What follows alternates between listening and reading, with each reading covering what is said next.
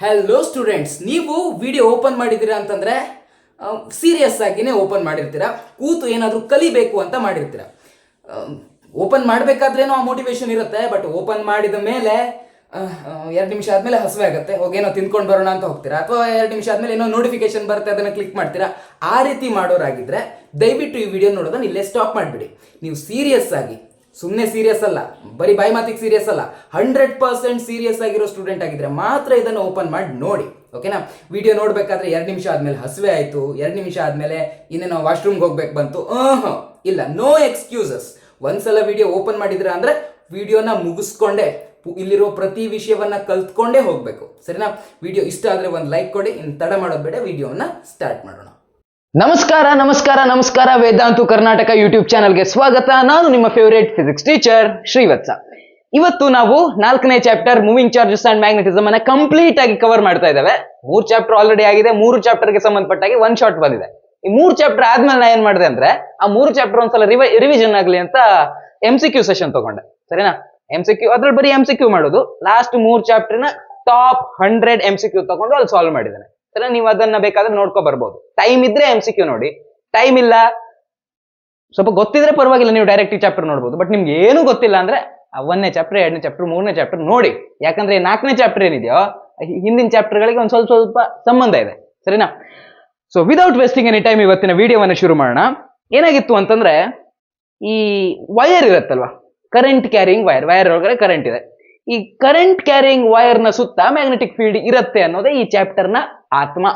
ಇದನ್ನ ಡಿಸ್ಕವರ್ ಮಾಡಿದಂತವ್ರು ಆಸ್ಟರ್ಡ್ ಅನ್ನುವಂತ ಸೈಂಟಿಸ್ಟ್ ಇಲ್ಲಿದ್ದಾರೆ ನೋಡಿ, ಕ್ಲೀನ್ ಶೇವ್ಡ್ ಫೇಸ್, ಇವರೇ ಹನ್ಸ್ ಕ್ರಿಶ್ಚಿಯನ್ ಆಸ್ಟರ್ಡ್ ಅನ್ನುವಂತ ವಿಜ್ಞಾನಿ ಇದನ್ನ ಡಿಸ್ಕವರ್ ಮಾಡಿದ್ದು. ಎಂತ ಮಾಡಿದ್ರು ಅಂದ್ರೆ, ಒಂದು ವೈರ್ ಇತ್ತು, ಅದ್ರ ವೈರ್ ನ ಹತ್ರ ಇವರು ಕಂಪಾಸ್ ತಗೊಂಡಿದ್ರು, ದಿಕ್ಸೂಚಿ ತಗೊಂಡಿದ್ರು. ಕಂಪಾಸ್ ಯಾವ್ದ್ರಿಂದ ಮಾಡಿರ್ತಾರೆ, ಅದ್ರೊಳಗೆ ಅದ್ರ ಸೂಜಿ ಇರುತ್ತಲ್ಲ, ಅದು ಮ್ಯಾಗ್ನೆಟ್ ಇಂದ ಮಾಡಿರ್ತಾರೆ. ಕಂಪಾಸ್ ಅನ್ನ ಈ ಕರೆಂಟ್ ಇರುವಂತ ವೈರ್ ಹತ್ರ ತಗೊಂಡೋಗಾದಾಗ ಅದು ಡಿಫ್ಲೆಕ್ಟ್ ಆಗೋಕ್ ಸ್ಟಾರ್ಟ್ ಆಯ್ತು. ಸರಿನಾ? ಈಗ ಸಪೋಸ್ ಇಲ್ಲಿ 2 ಡಯಾಗ್ರಾಮ್ ಹಾಕಿಟ್ಟಿದ್ದೇನೆ. ಇಲ್ಲಿ ಡಾಟ್ ಇದೆ ಅಂದ್ರೆ ಏನರ್ಥ, ವೈರ್ ಇಂದ ಕರೆಂಟ್ ಹೊರಗಡೆ, ಹಿಂಗೊಂದು ವೈರ್ ಇದೆ, ಆ ವೈರ್ ಅಲ್ಲಿ ಕರೆಂಟ್ ಈ ಡೈರೆಕ್ಷನ್ ಇದೆ, ಹೊರಗಡೆ ಬರ್ತಾ ಇದೆ ಅಂತ ಅರ್ಥ. ಇಲ್ಲಿ ಒಳಗಡೆ ಹಾಕಿದ್ದೇನೆ ನಾನು, ಅಂದ್ರೆ ಏನೋ ಒಳಗಡೆ ಹೋಗ್ತಾ ಇದೆ ಅಂತ ಇದ್ರ ಅರ್ಥ. ಕ್ರಾಸ್ ಇದೆ ಅಂತಂದ್ರೆ ಏನೋ ಒಳಗಡೆ ಹೋಗ್ತಾ ಇದೆ ಅಂತ. ಇಲ್ಲಿ ಕರೆಂಟ್ ಒಳಗಡೆ ಹೋಗ್ತಾ ಇದೆ ಅಂತ ಸದ್ಯಕ್ಕೆ ಅಂದ್ಕೊಳ್ಳಿ ನೀವು. ಸರಿನಾ? ಇಲ್ಲಿಂದ ವೈರ್ ಇದೆ, ವೈರಿನ ಕರೆಂಟ್ ಹೊರಗಡೆ ಈ ತರ ಬರ್ತಾ ಇದೆ. ಇಲ್ಲಿ ವೈರ್ ಇದೆ, ಈ ವೈರ್ ಅಲ್ಲಿ ಕರೆಂಟ್ ಬೋರ್ಡ್ ಒಳಗಡೆ ಹೋಗ್ತಾ ಇದೆ ಅಂತ ಅನ್ಕೊಳ್ಳಿ. ಸರಿನಾ? ಈ ರೀತಿ ಇದ್ದಾಗ ಇದ್ರ ಸುತ್ತ ಕಂಪಾಸ್ ಎಲ್ಲ ತಗೊಂಡು ಹೋದ್ರೆ ನಾವು ಆ ಮ್ಯಾಗ್ನೆಟಿಕ್ ಫೀಲ್ಡ್ ನ ಡೈರೆಕ್ಷನ್ ಅನ್ನ ಟ್ರೇಸ್ ಮಾಡಬಹುದು. ಈಗ ತಗೊಂಡು ಹೋದಾಗ ಮ್ಯಾಗ್ನೆಟಿಕ್ ಫೀಲ್ಡ್ ಈ ಡೈರೆಕ್ಷನ್ ಅಲ್ಲಿ ಇತ್ತು. ಕರೆಂಟ್ ಒಳಗಡೆ ಹೋಗ್ತಾ ಇದ್ದಾಗ ಮ್ಯಾಗ್ನೆಟಿಕ್ ಫೀಲ್ಡ್ ಇನ್ ಡೈರೆಕ್ಷನ್ ಅದು ಉಲ್ಟಾ ಇತ್ತು. ಸರಿನಾ? ಇಲ್ಲಿ ಈ ತರ ಇತ್ತು, ಇಲ್ಲಿ ಈ ತರ ಇತ್ತು. ಇಲ್ಲಿ ಯಾಕೆ ಈ ತರ ಇರುತ್ತೆ? ನೀವು 10th ಅಲ್ಲಿ ಒಂದು ವಿಷಯ ಕಲ್ತಿದ್ರೆ, ರೈಟ್ ಹ್ಯಾಂಡ್ ಥಂಬ್ ರೂಲ್. ಹೌದಾ? ರೈಟ್ ಹ್ಯಾಂಡ್ ಥಂಬ್ ಅಂದ್ರೆ, ಥಂಬ್ ಏನನ್ನು ಸೂಚಿಸ್ತದೆ? ಕರೆಂಟ್ ಯಾವ ಡೈರೆಕ್ಷನ್ ಅಲ್ಲಿ ಇದೆಯೋ ಆ ಡೈರೆಕ್ಷನ್ ನಾವು ಥಂಬ್ ಹಿಡಿದ್ರೆ ಈ ಉಳಿದ ಬೆರಳುಗಳ ಕರ್ಲ್ ಏನಿದೆಯೋ ಇದು ಮ್ಯಾಗ್ನೆಟಿಕ್ ಫೀಲ್ಡ್ ಅನ್ನು ಸೂಚಿಸುತ್ತೆ. ಕರೆಕ್ಟಾ? ಇಲ್ಲಿ ಹೆಂಗಿದೆ? ಕರೆಂಟ್ ಹೊರಗಡೆ ಬರ್ತಾ ಇದೆ. ಕರೆಂಟ್ ಹೊರಗಡೆ ಬರ್ತಾ ಇದೆ, ಇದೇನು ಸೂಚಿಸಬೇಕಾಯ್ತು? ಮ್ಯಾಗ್ನೆಟಿಕ್ ಫೀಲ್ಡ್ ಇನ್ ಡೈರೆಕ್ಷನ್ ಸೂಚಿಸಬೇಕಾಯ್ತು. ಹೌದಾ? ಡೈರೆಕ್ಷನ್ ಹೆಂಗಿದೆ? ಈ ರೀತಿಯಾಗಿದೆ. ಕರೆಕ್ಟಾ? ಇಲ್ಲಿ ಕರೆಂಟ್ ಒಳಗಡೆ ಹೋಗ್ತಾ ಇದೆ, ತಂಬು ಒಳಗಡೆಗೆ. ತಂಬು ಈ ತರ ಇದೆ, ಕರೆಂಟ್ ಯಾವ ಡೈರೆಕ್ಷನ್? ಈ ಡೈರೆಕ್ಷನ್. ಗೊತ್ತಾಯ್ತಾ? ಹಿಂದ್ ಕಲ್ತಿದ್ದನ್ನ ಇಲ್ಲೂ ಒಂದ್ ಸ್ವಲ್ಪ ರಿಲೇಟ್ ಮಾಡ್ಕೊಂತ ಹೋದ್ರೆ ಇವೆಲ್ಲ ಈಸಿ. ನೆಕ್ಸ್ಟ್ ನಿಮ್ ಬುಕ್ ಅಲ್ಲಿ ಕೊಟ್ಟಿರೋದು ಮ್ಯಾಗ್ನೆಟಿಕ್ ಫೋರ್ಸ್ ಬಗ್ಗೆ ಅವ್ರು ಹೇಳ್ಕೊಂಡಿದ್ದಾರೆ. ಇದ್ರಲ್ಲಿ ಮೇನ್ ಬರೋದು ಒಂದು ಬೇಸಿಕ್ ಫಾರ್ಮುಲಾ. ಸರಿನಾ?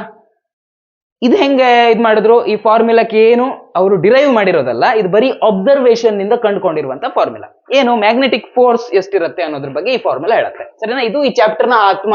ಇದನ್ನ ಯಾವುದೇ ಕಾರಣಕ್ಕೂ ಮಿಸ್ ಮಾಡಬೇಡಿ. ಇದೇ ಬೇಸಿಕ್ ಈ ಚಾಪ್ಟರ್ ಇಂದು. ಏನಪ್ಪಾ ಅಂದ್ರೆ, ಮ್ಯಾಗ್ನೆಟಿಕ್ ಫೋರ್ಸ್ ಎಷ್ಟಿರುತ್ತಪ್ಪ ಅಂತಂದ್ರೆ ಇಸ್ ಈಕ್ವಲ್ ಟು ಈ ಕರೆಂಟ್ ಇಂದ, ಗೊತ್ತಾಯ್ತಲ್ಲ, ಚಾರ್ಜ್ ಮೂವ್ ಆಗೋದ್ರಿಂದ. ಕರೆಂಟ್ ಅಂದ್ರೆ ಏನು? ಚಾರ್ಜ್ ಮೂವ್ ಆಗೋದು. ಆ ಚಾರ್ಜ್ ಮೂವ್ ಆಗೋದ್ರಿಂದ ಏನು ಮ್ಯಾಗ್ನೆಟಿಕ್ ಫೀಲ್ಡ್ ಕ್ರಿಯೇಟ್ ಆಯ್ತು, ಅದ್ರ ಬಗ್ಗೆನೇ ಇದೆ ಈ ಚಾಪ್ಟರ್. ಈ ಅದ್ರ ಬಗ್ಗೆನೇ ಇರುವಂತ ಫಾರ್ಮುಲಾ ಇದು. ಅದಕ್ಕೆ ಫಾರ್ಮುಲಾ ಯಾವ ರೀತಿ ಇರುತ್ತೆ ಅಂದ್ರೆ, Q into V cross B. ಸರಿನಾ? B ಅಂತಂದ್ರೆ ಮ್ಯಾಗ್ನೆಟಿಕ್ ಫೀಲ್ಡ್, V ಅಂತಂದ್ರೆ ಚಾರ್ಜ್ ಇತ್ತಲ್ವಾ, ಆ ಚಾರ್ಜ್ ನ ವೆಲಾಸಿಟಿ. ಸರಿನಾ? ಇದ್ರ ವೆಲಾಸಿಟಿ. Q ಅಂದ್ರೆ ಆ ಚಾರ್ಜ್ ಎಷ್ಟಿತ್ತು ಅನ್ನೋದು. ಸರಿನಾ? ಇಷ್ಟು ಮಾಡಿದ್ರೆ ನಮ್ಗೆ ಮ್ಯಾಗ್ನೆಟಿಕ್ ಫೋರ್ಸ್ ಸಿಗುತ್ತೆ. ಈಗ ಸುತ್ತ ಫೋರ್ಸ್ ಲೈನ್ ನೋಡಿದ್ರಲ್ಲ ನೀವು, ಅದ್ರ ಫೋರ್ಸ್ ಎಷ್ಟಿದೆ ಅಂತ ಬೇಕಂದ್ರೆ ನಾವು ಈ ಫಾರ್ಮುಲಾ ಹಾಕೋಬೇಕು. ಇದನ್ನೇ ಒಂದ್ ಸ್ವಲ್ಪ ಎಕ್ಸ್ಪ್ಯಾಂಡ್ ಮಾಡಬಾರ್ದ್ರೆ ಯಾವ ರೀತಿ ಆಗುತ್ತೆ? F is equal to Q into V cross B ಅನ್ನ ಎಕ್ಸ್ಪ್ಯಾಂಡ್ ಮಾಡಬಾರ್ದ್ರೆ, ಜಸ್ಟ್ ನಮ್ಗೆ ಮ್ಯಾಗ್ನಿಟ್ಯೂಡ್ ಅಷ್ಟೇ ಬೇಕು ಅಂತ ಇದ್ದಾಗ ನಾವು ಅದನ್ನ ಬರೆದ್ರೆ ಯಾವ ರೀತಿ ಬರುತ್ತೆ? ವಿ ಬಿ ಸೈನ್ ಥೀಟಾ ಬರುತ್ತೆ. ಕ್ರಾಸ್ ಪ್ರಾಡಕ್ಟ್ ಅಂದ್ರೆ ಸೈನ್ ಥೀಟಾ ಬರುತ್ತಲ್ವಾ, ವಿ ಬಿ ಸೈನ್ ಥೀಟಾ ಬರುತ್ತೆ. ಸರಿನಾ? ಇದು ಬೇಸಿಕ್ ಫಾರ್ಮುಲಾ. ಇದರಿಂದಾನೇ ನಾವು ಇಡೀ ಚಾಪ್ಟರ್ ಕಲ್ತ್ಕೋತೀವಿ. ಹೆಂಗ್ ಬಂತು? ಜಸ್ಟ್ ಅಬ್ಸರ್ವೇಷನ್ ಇಂದ ಬಂತು. ಸರಿನಾ? ಹೋಗೋಣ ಮುಂದಕ್ಕೆ. ಕರೆಂಟ್ ಇರುವಂತ ಒಂದು ವೈರ್ ನ ಸುತ್ತ ಮ್ಯಾಗ್ನೆಟಿಕ್ ಫೀಲ್ಡ್ ಇರುತ್ತೆ ಅನ್ನೋದು ಈ ಸೈಂಟಿಸ್ಟ್ ಗಳಿಗೆ ಸಿಕ್ಕಾಪಟ್ಟೆ ಕ್ಯೂರಿಯಸ್ ಆಗಿ ಮಾಡ್ತು. ಈಗ ಇದ್ರ ಬಗ್ಗೆ ಅವ್ರು ಇನ್ನು ಜಾಸ್ತಿ ಸ್ಟಡಿ ಮಾಡೋದಕ್ಕೆ ಶುರು ಮಾಡಿದ್ರು. ಒಂದು ವೈರ್ ತಗೊಂಡ್ರು, ಇದು ವೈರ್ ಅಂತ ಇಟ್ಕೊಳ್ಳಿ. ಈ ತರ ಒಂದು ವೈರ್ ಇದೆ, ಕ್ರಾಸ್ ಇದೆ, ಹೆಂಗೋ ಇದೆ, ಒಂದು ವೈರ್ ಇದೆ. ಈಗ ಈ ವೈರ್ ಅಲ್ಲಿ ಕರೆಂಟ್ ಹರಿತಾ ಇದೆ ಅಂತ ಇಟ್ಕೊಳ್ಳಿ. ಈ ರೀತಿ ಕರೆಂಟ್ ಇದೆ. ಇದ್ರ ಪಕ್ಕದಲ್ಲಿ ಒಂದು ಚಾರ್ಜ್ ಅನ್ನ ತಗೊಬಂದು ಇಟ್ರು. ಎಂತ ಮಾಡಿದ್ರು? ಜಸ್ಟ್ ಇಟ್ರು. ಈಗ ಇಲ್ಲಿ ಕರೆಂಟ್ ಹರಿತಾ ಇದೆ, ಚಾರ್ಜ್ ಇಟ್ರು. ಈ ಚಾರ್ಜ್ ಮೇಲೆ ಇದೇನು ಫೋರ್ಸ್ ಅನ್ನ ಆಕ್ಟ್ ಮಾಡ್ತಾ ಇರಲ್ಲ. ಚಾರ್ಜ್ ತನ್ನ ಪಾಡಿಗೆ ತಾನಿತ್ತು, ಇಲ್ಲಿ ಕರೆಂಟ್ ತನ್ನ ಪಾಡಿಗೆ ತಾನು ಹರಿತಾ ಇತ್ತು. ಕಡೆಗೆ ಏನ್ ಮಾಡಿದ್ರಪ್ಪ ಅಂತಂದ್ರೆ ಈ ಚಾರ್ಜ್ ನ ಮೂವ್ ಆಗೋ ರೀತಿ ಮಾಡಿದ್ರು. ಈ ಚಾರ್ಜ್ ಸ್ವಲ್ಪ ಈ ರೀತಿ ಹಿಂಗ್ ಹೊಡೆದ್ರು ಅಂತ ಇಟ್ಕೊಳ್ಳಿ. ಹಿಂಗ್ ಹೊಡೆದ್ರು ಚಾರ್ಜ್ ಹಿಂಗ್ ಹೊಡೆದಾಗ ಏನಾಗಬೇಕಾಗಿತ್ತು? ಎಕ್ಸ್ಪೆಕ್ಟೆಡ್ ಏನು? ಹಿಂಗ್ ಹೊಡೆದಿದ್ದೀರಾ ಅಂದ್ರೆ ಫಸ್ಟ್ ಸ್ಟಾರ್ಟಿಂಗ್ ಏನು ಆಗ್ತಿಲ್ಲಾಗಿತ್ತು. ಈಗ ಚಾರ್ಜ್ ಅನ್ನು ಹಿಂಗ್ ಹೊಡೆದಿದ್ದೀರಾ ಅಂತಂದ್ರೆ ಚಾರ್ಜ್ ಹಿಂಗ್ ಹಿಂಗ್ ಹಿಂಗ್ ಹಿಂಗ್ ಹಿಂಗ್ ಹಿಂಗ್ ಸ್ಟ್ರೇಟ್ ಆಗಿ ಹೋಗ್ಬೇಕಾಗಿತ್ತು. ಕರೆಕ್ಟಾ? ಬಟ್ ಏನಾಯ್ತು ಅಂತಂದ್ರೆ ಈ ಚಾರ್ಜು ಹಿಂಗ್ ಸ್ಟ್ರೇಟ್ ಆಗಿ ಹೋಗ್ಲಿಲ್ಲ. ಈ ಚಾರ್ಜ್ ಹಿಂಗ್ ಹೋಗೋಕ್ ಶುರು ಮಾಡುತ್ತೆ. ಸರಿನಾ? ಹೆಂಗೋಯ್ತು? ಸ್ಟ್ರೇಟ್ ಆಗಿ ಹೋಗ್ಲಿಲ್ಲ, ಒಂದ್ ಸ್ವಲ್ಪ ಹಿಂಗೋಯ್ತು. ಯಾಕೆ ಹಿಂಗ್ ಹೋಯ್ತು? ಯಾಕಂದ್ರೆ ಚಾರ್ಜ್ ನಿಂತ್ಕೊಂಡಿದ್ದಾಗ, ಚಾರ್ಜ್ ತನ್ನ ಪಾಡಿಗೆ ತಾನು ನಿಂತ್ಕೊಂಡಿದ್ದಾಗ ಅಥವಾ ಚಾರ್ಜ್ ರೆಸ್ಟ್ ನಲ್ಲಿದ್ದಾಗ ಅದು ಇಲೆಕ್ಟ್ರಿಕ್ ಫೀಲ್ಡ್, ಅದು ಗೊತ್ತಲ್ಲ, ಹಿಂದೆಲ್ಲ ನೋಡಿದ್ರಲ್ಲ, ಜಸ್ಟ್ ಅದು ಇಲೆಕ್ಟ್ರಿಕ್ ಫೀಲ್ಡ್ ಅನ್ನ ಅದು ಹೊಂದಿರುತ್ತೆ. ಬಟ್ ಚಾರ್ಜ್ ಯಾವಾಗ ಮೂವ್ ಮಾಡಕ್ ಶುರು ಮಾಡುತ್ತೋ ಆವಾಗ ಅದು ಮ್ಯಾಗ್ನೆಟಿಕ್ ಫೀಲ್ಡ್ ಅನ್ನು ಕೂಡ ಕ್ರಿಯೇಟ್ ಮಾಡುತ್ತೆ. ಇದು ವೈರ್ ಚಾರ್ಜ್ ಸರಿತಾ ಇದೆ ಅಂದ್ಮೇಲೆ ಇದ್ರ ಸುತ್ತ ಆಲ್ರೆಡಿ ಒಂದು ಮ್ಯಾಗ್ನೆಟಿಕ್ ಫೀಲ್ಡ್ ಇರುತ್ತೆ. ಈಗ ಈ ಚಾರ್ಜ್ ಓಡಕ್ ಶುರು ಮಾಡ್ತು ಅಂದ್ಮೇಲೆ ಇದ್ರದ್ದು ಒಂದು ಮ್ಯಾಗ್ನೆಟಿಕ್ ಫೀಲ್ಡ್ ಇರುತ್ತೆ. ಅವಾಗ ಈ ಮ್ಯಾಗ್ನೆಟ್, ಇದು ಮ್ಯಾಗ್ನೆಟ್ ತರ ಆಕ್ಟ್ ಮಾಡ್ತಿರುತ್ತೆ, ಈ ಮ್ಯಾಗ್ನೆಟ್ ಮೇಲೆ ಫೋರ್ಸ್ ಹಾಕುತ್ತೆ. ಸರಿನಾ? ಇದು ಫೋರ್ಸ್ ಹಾಕೋದ್ರಿಂದ ಇದು ಈ ರೀತಿ ಮೂವ್ ಆಯ್ತು. ಸರ್ ಇದು ಹಿಂಗೆ ಮೂವ್ ಆಯ್ತು ಅಂತ ಹೆಂಗೆ ಹೇಳಿದ್ರಿ ಸರ್? ಹಿಂಗೆ ಮೂವ್ ಆಯ್ತು ಅಂತ ಹೆಂಗೆ ಹೇಳಿದೆ ಅಂದ್ರೆ ಆಲ್ರೆಡಿ ನೀವು ಫಸ್ಟ್ ಅಲ್ಲಿ ನಿಮ್ಮ 10th ಅಲ್ಲಿ ಆಲ್ರೆಡಿ ಕಲ್ತಿರ್ತೀರ. ಫ್ಲೆಮಿಂಗ್ ನ ಎಡಗೈ ನಿಯಮ, ಫ್ಲೆಮಿಂಗ್ಸ್ ಲೆಫ್ಟ್ ಹ್ಯಾಂಡ್ ರೂಲ್ ಕಲ್ತಿರ್ತೀರ. ಹೌದಾ? ಈ 3 ಬೆರಳನ್ನ ಈ ರೀತಿ ಇಟ್ಕೊಳ್ಳೋದು. ಇದಿದೆಯಲ್ವಾ ನಿಮ್ಮ ಮಿಡಲ್ ಫಿಂಗರ್, ಇದು ಕರೆಂಟ್ ನ ಡೈರೆಕ್ಷನ್ ಅನ್ನ ಸೂಚಿಸುತ್ತೆ, ಇದು ಮ್ಯಾಗ್ನೆಟಿಕ್ ಫೀಲ್ಡ್ ನ ಡೈರೆಕ್ಷನ್ ಸೂಚಿಸುತ್ತೆ, ಇದು ಫೋರ್ಸ್ ಇನ್ ಡೈರೆಕ್ಷನ್ ಸೂಚಿಸುತ್ತೆ. ಬಲವಾನ್ ಫಿಂಗರ್ ಏನಿದೆಯೋ ಫೋರ್ಸ್ ಇನ್ ಡೈರೆಕ್ಷನ್ ಸೂಚಿಸುತ್ತೆ. ಓಕೆನಾ? ಜಾಸ್ತಿ ಫೋರ್ಸ್ ಹಾಕೋ ಫಿಂಗರ್ ಫೋರ್ಸ್ ಇನ್ ಡೈರೆಕ್ಷನ್ ಸೂಚಿಸುತ್ತೆ. ಇಲ್ಲಿ ಕರೆಂಟ್ ಡೈರೆಕ್ಷನ್ ಹೆಂಗಿದೆ? ಹಿಂಗಿದೆ. ಕರೆಕ್ಟಾ? ಮ್ಯಾಗ್ನೆಟಿಕ್ ಫೀಲ್ಡ್ ನ ಡೈರೆಕ್ಷನ್ ಹೆಂಗಿದೆ? ಇಲ್ಲಿ ಮ್ಯಾಗ್ನೆಟಿಕ್ ಫೀಲ್ಡ್ ಈ ಪಾಯಿಂಟ್ ಅಲ್ಲಿ ಯಾವ ಡೈರೆಕ್ಷನ್ ಇದೆ ಅಂತ ಹೆಂಗ್ ಕಂಡು ಹಿಡಿಯೋದು? ಹೌದಾ? ಕರೆಂಟ್ ಈ ಡೈರೆಕ್ಷನ್ ಇದೆ, ಸೊ ಮ್ಯಾಗ್ನೆಟಿಕ್ ಫೀಲ್ಡ್ ಹೆಂಗಿರುತ್ತೆ? ಹಿಂಗಿರುತ್ತೆ. ಕರೆಕ್ಟಾ? ಹಿಂಗಿರುತ್ತೆ ಅಂದ್ರೆ ಇಲ್ಲಿಂದ ಬರುತ್ತೆ, ಇಲ್ಲಿಂದ ಒಳಗಡೆ ಹೋಗುತ್ತೆ. ಈ ಚಾರ್ಜ್ ಇರೋ ಡೈರೆಕ್ಷನ್ ಅಲ್ಲಿ ಮ್ಯಾಗ್ನೆಟಿಕ್ ಫೀಲ್ಡ್ ಹೇಗಿದೆ? ಒಳಗಡೆ ಹೋಗ್ತಾ ಇದೆ. ಸೊ ಮ್ಯಾಗ್ನೆಟಿಕ್ ಫೀಲ್ಡ್ ನ ಡೈರೆಕ್ಷನ್ ಹೆಂಗಿದೆ? ಒಳಗಿದೆ. ಕರೆಂಟ್ ನ ಡೈರೆಕ್ಷನ್ ಹಿಂಗಿದೆ, ಮ್ಯಾಗ್ನೆಟಿಕ್ ಫೀಲ್ಡ್ ನ ಡೈರೆಕ್ಷನ್ ಒಳಗಡೆ ಇದೆ. ಸೊ ನಮ್ ಥಂಬ್ ಯಾವ ಕಡೆ ಪಾಯಿಂಟ್ ಮಾಡ್ತಾ ಇದೆ? ಈ ಕಡೆ ಪಾಯಿಂಟ್ ಮಾಡ್ತಾ ಇದೆ. ಅಂದ್ರೆ ಒಟ್ನಲ್ಲಿ ಈ ಚಾರ್ಜ್ ನ ಮೇಲೆ, ಈ ಚಾರ್ಜ್ ಚಲಿಸಬೇಕಾದ್ರೆ ಇದ್ರ ಮೇಲೆ ಯಾವ ಕಡೆ ಫೋರ್ಸ್ ಆಕ್ಟ್ ಆಗುತ್ತೆ? ಈ ಡೈರೆಕ್ಷನ್ ಅಲ್ಲಿ ಫೋರ್ಸ್ ಆಕ್ಟ್ ಆಗುತ್ತೆ. ಕರೆಕ್ಟಾ? ಸೊ ಈ ಡೈರೆಕ್ಷನ್ ಅಲ್ಲಿ ಫೋರ್ಸ್ ಆಕ್ಟ್ ಆಗೋದ್ರಿಂದ ಚಾರ್ಜ್ ಈ ರೀತಿಯಾಗಿ ಮೂವ್ ಆಗೋಯ್ತು. ಕ್ಲಿಯರಾ? ಸೀದಾ ಹೌದಾ ಸರ್, ಈ ಡೈರೆಕ್ಷನ್ ಅಲ್ಲಿ ಫೋರ್ಸ್ ಆಕ್ಟ್ ಆಗ್ತಾ ಇದೆಯಾ? ಮತ್ತೆ ಹಿಂಗೆ ಯಾಕೆ ಹೋಗ್ಬಿಡ್ಲಿಲ್ಲ? ಅದು ಹಿಂಗ್ ಹೋಗಿ ಹಿಂಗೆ ಯಾಕೆ ಹೋಯ್ತು? ಹಿಂಗೆ ಯಾಕೆ ಹೋಯ್ತು ಅಂದ್ರೆ ಚಾರ್ಜ್ ನಿಂತಿದ್ದಾಗ ಅದ್ರ ಮೇಲೆ ಫೋರ್ಸ್ ಆಕ್ಟ್ ಆಗಲ್ಲ. ಯಾಕಂದ್ರೆ ಚಾರ್ಜ್ ನಿಂತಿದ್ದಾಗ ಮ್ಯಾಗ್ನೆಟಿಕ್ ಫೀಲ್ಡ್ ಪ್ರೊಡ್ಯೂಸ್ ಮಾಡಲ್ಲ. ಚಾರ್ಜ್ ಹೋಗ್ಬೇಕಾದ್ರೇನೆ ಅದು ಮ್ಯಾಗ್ನೆಟಿಕ್ ಫೀಲ್ಡ್ ಪ್ರೊಡ್ಯೂಸ್ ಮಾಡೋದು. ಈಗ ಮ್ಯಾಗ್ನೆಟಿಕ್ ಫೀಲ್ಡ್ ಪ್ರೊಡ್ಯೂಸ್ ಮಾಡ್ತಾ ಇರ್ಬೇಕಾದ್ರೆ ಇದು ಫೋರ್ಸ್ ಹಾಕೋಕ್ ಶುರು ಮಾಡ್ತು. ಹೀಗಾಗಿ ಚಾರ್ಜ್ ಚಲಿಸೋಕ್ ಶುರು ಮಾಡಿದ್ಮೇಲೆ ಈ ಕಡೆ ಬೆಂಡ್ ಆಯ್ತು. ಕ್ಲಿಯರಾ? ನಿಮ್ಮ ಟೆಕ್ಸ್ಟ್ ಬುಕ್ ನಲ್ಲಿ ಕೊಟ್ಟಿರುವಂತ ನೆಕ್ಸ್ಟ್ ಟಾಪಿಕ್ ಲಾರೆಂಟ್ಸ್ ಫೋರ್ಸ್. ಓಕೆನಾ? ಲಾರೆಂಟ್ಸ್ ಅನ್ನೋನು ಸೈಂಟಿಸ್ಟ್ ಈ ರೀತಿ ಕಾಣ್ತಿದ್ರು. ಅವ್ರು ಕ್ಲೀನ್ ಶೇವ್ ಅನ್ನು, ಇವ್ರು ಫುಲ್ ಗಡ್ಡಗೆಲ್ಲ ಬಿಟ್ಕೊಂಡು ಸ್ಟೈಲಿಶ್ ಆಗಿದ್ರು. ಸರಿ, ಲಾರೆನ್ಸ್ ಅನ್ನುವಂತ ವ್ಯಕ್ತಿ ಫೋರ್ಸ್ ಬಗ್ಗೆ ಹೇಳಿದ್ರು. ಏನ್ ಲಾರೆನ್ಸ್ ಫೋರ್ಸ್ ಅಂದ್ರೆ ಸಿಂಪಲ್. ಇವಾಗ ನಿಮ್ಗೆ ಗೊತ್ತಲ್ವಾ, ಚಾರ್ಜ್ ತನ್ನ ಪಾಡಿಗೆ ತಾನು ನಿಂತಾಗ ಹೆಂಗಿರುತ್ತೆ? ಜಸ್ಟ್ ಅದ್ರ ಸುತ್ತ ಎಲೆಕ್ಟ್ರಿಕ್ ಫೀಲ್ಡ್ ಇರುತ್ತೆ. ಚಾರ್ಜ್ ಮೂವ್ ಆಗೋಕ್ ಶುರು ಆಯ್ತು ಅಂದ್ರೆ ಎಲೆಕ್ಟ್ರಿಕ್ ಫೀಲ್ಡ್ ಆಲ್ರೆಡಿ ಇರುತ್ತೆ. ಹೌದಾ? ಅದರ ಜೊತೆಗೆ ಅದಕ್ಕೆ ಮ್ಯಾಗ್ನೆಟಿಕ್ ಪ್ರಾಪರ್ಟಿ ಕೂಡ ಬರುತ್ತೆ. ಅಂದ್ರೆ ಎಲೆಕ್ಟ್ರಿಕ್ ಫೀಲ್ಡ್ ಇರುತ್ತೆ, ಮ್ಯಾಗ್ನೆಟಿಕ್ ಫೀಲ್ಡ್ ಇರುತ್ತೆ. ಯಾವಾಗ ಚಾರ್ಜ್ ಮೂವ್ ಆಗೋಕ್ ಸ್ಟಾರ್ಟ್ ಆಯ್ತು ಆವಾಗ. ಲಾರೆನ್ಸ್ ಫೋರ್ಸ್ ಅಂದ್ರೆ ಈ ಇಲೆಕ್ಟ್ರಿಕ್ ಫೀಲ್ಡ್ ಮ್ಯಾಗ್ನೆಟಿಕ್ ಫೀಲ್ಡ್ ಎರಡದು ಫೋರ್ಸ್ ಇರುತ್ತಲ್ವಾ, ಎಲೆಕ್ಟ್ರಿಕ್ ಫೋರ್ಸ್ ಮ್ಯಾಗ್ನೆಟಿಕ್ ಫೋರ್ಸ್, ಅವು ಎರಡರದ್ದು ಟೋಟಲ್ ಫೋರ್ಸ್, ಮತ್ತೇನಲ್ಲ. ಸರಿನಾ? ಈಗ ಲಾರೆನ್ಸ್ ಫೋರ್ಸ್ ಬರಿಬೇಕು ಅಂದ್ರೆ ನಾವ್ ಹೆಂಗ್ ಬರಿಬಹುದು? Lorentz force is equal to electrostatic force, ಈ ರೀತಿ ಬರ್ಕೊಂಡೆ, FE ಅಂತ ಬರ್ಕೊಂಡೆ. ಹಾಗೆ ಮತ್ತಿರೋದು ಯಾವುದು? Magnetic force. ಹೌದಾ? ಮ್ಯಾಗ್ನೆಟಿಕ್ ಫೋರ್ಸ್, ಮ್ಯಾಗ್ನೆಟಿಕ್ ಫೀಲ್ಡ್ ಇರೋದು B ಅಲ್ವಾ? ಸೊ ಮ್ಯಾಗ್ನೆಟಿಕ್ ಫೀಲ್ಡ್ ನಿಂದ ಆದ ಫೋರ್ಸ್, ಮತ್ತೆ ಇಲ್ಲಿರೋದು ಎಲೆಕ್ಟ್ರಿಕ್ ಫೀಲ್ಡ್ ನಿಂದ ಆದ ಫೋರ್ಸ್. ಎರಡು ಹೆಂಗೆ? ಎರಡದು ಮಲ್ಟಿಪ್ಲೈ ಮಾಡ್ಬೇಕಾ? ಅಲ್ಲ, ಎರಡದು ಟೋಟಲ್ ತೆಗಿಬೇಕು. ಹೌದಾ? ಸೊ ಎರಡದು ಟೋಟಲ್ ಅಂದ್ರೆ ವೆಕ್ಟರ್ ಎಡಿಷನ್ ಮಾಡ್ಬೇಕು. ಫೋರ್ಸ್ ಅನ್ನೋದು ಒಂದು ವೆಕ್ಟರ್, ಇದು ವೆಕ್ಟರ್, ಇದು ವೆಕ್ಟರ್. ಹೌದಾ? ಇಷ್ಟೇ ಎರಡು ಫೋರ್ಸ್, ಮ್ಯಾಗ್ನೆಟಿಕ್ ಫೋರ್ಸ್ ಮತ್ತೆ ಎಲೆಕ್ಟ್ರಿಕ್ ಫೋರ್ಸ್ ಎರಡನ್ನು ಆಡ್ ಮಾಡಿದ್ರೆ ನಮ್ಗೆ ಸಿಗೋದು ಲಾರೆಂಟ್ಸ್ force.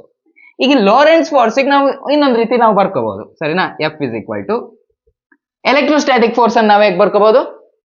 Charge into electric field. ಹೌದಾ? ಎಲೆಕ್ಟ್ರಿಕ್ ಫೀಲ್ಡ್ ಅಂದ್ರೇನು? ಎಲೆಕ್ಟ್ರಿಕ್ ಫೀಲ್ಡ್ ಅಂತಂದ್ರೆ ಚಾರ್ಜ್ ನ ಮೇಲೆ ಸೋರ್ಸ್ ಚಾರ್ಜ್ ಏನಿತ್ತೋ ಅದು ಹಾಕುವಂತ ಫೋರ್ಸ್. ನಮಗೆ ಫೋರ್ಸ್ ಬೇಕಂದ್ರೆ ನಾವು ಚಾರ್ಜ್ ಅನ್ನು ಈ ಕಡೆಗೆ ಓಡಿಸ್ತೀವಿ. ಸೊ ಕ್ಯೂ ಇ ಅಂದ್ರೆ ಎಲೆಕ್ಟ್ರೋಸ್ಟಾಟಿಕ್ ಫೋರ್ಸ್, ಕರೆಕ್ಟಾ?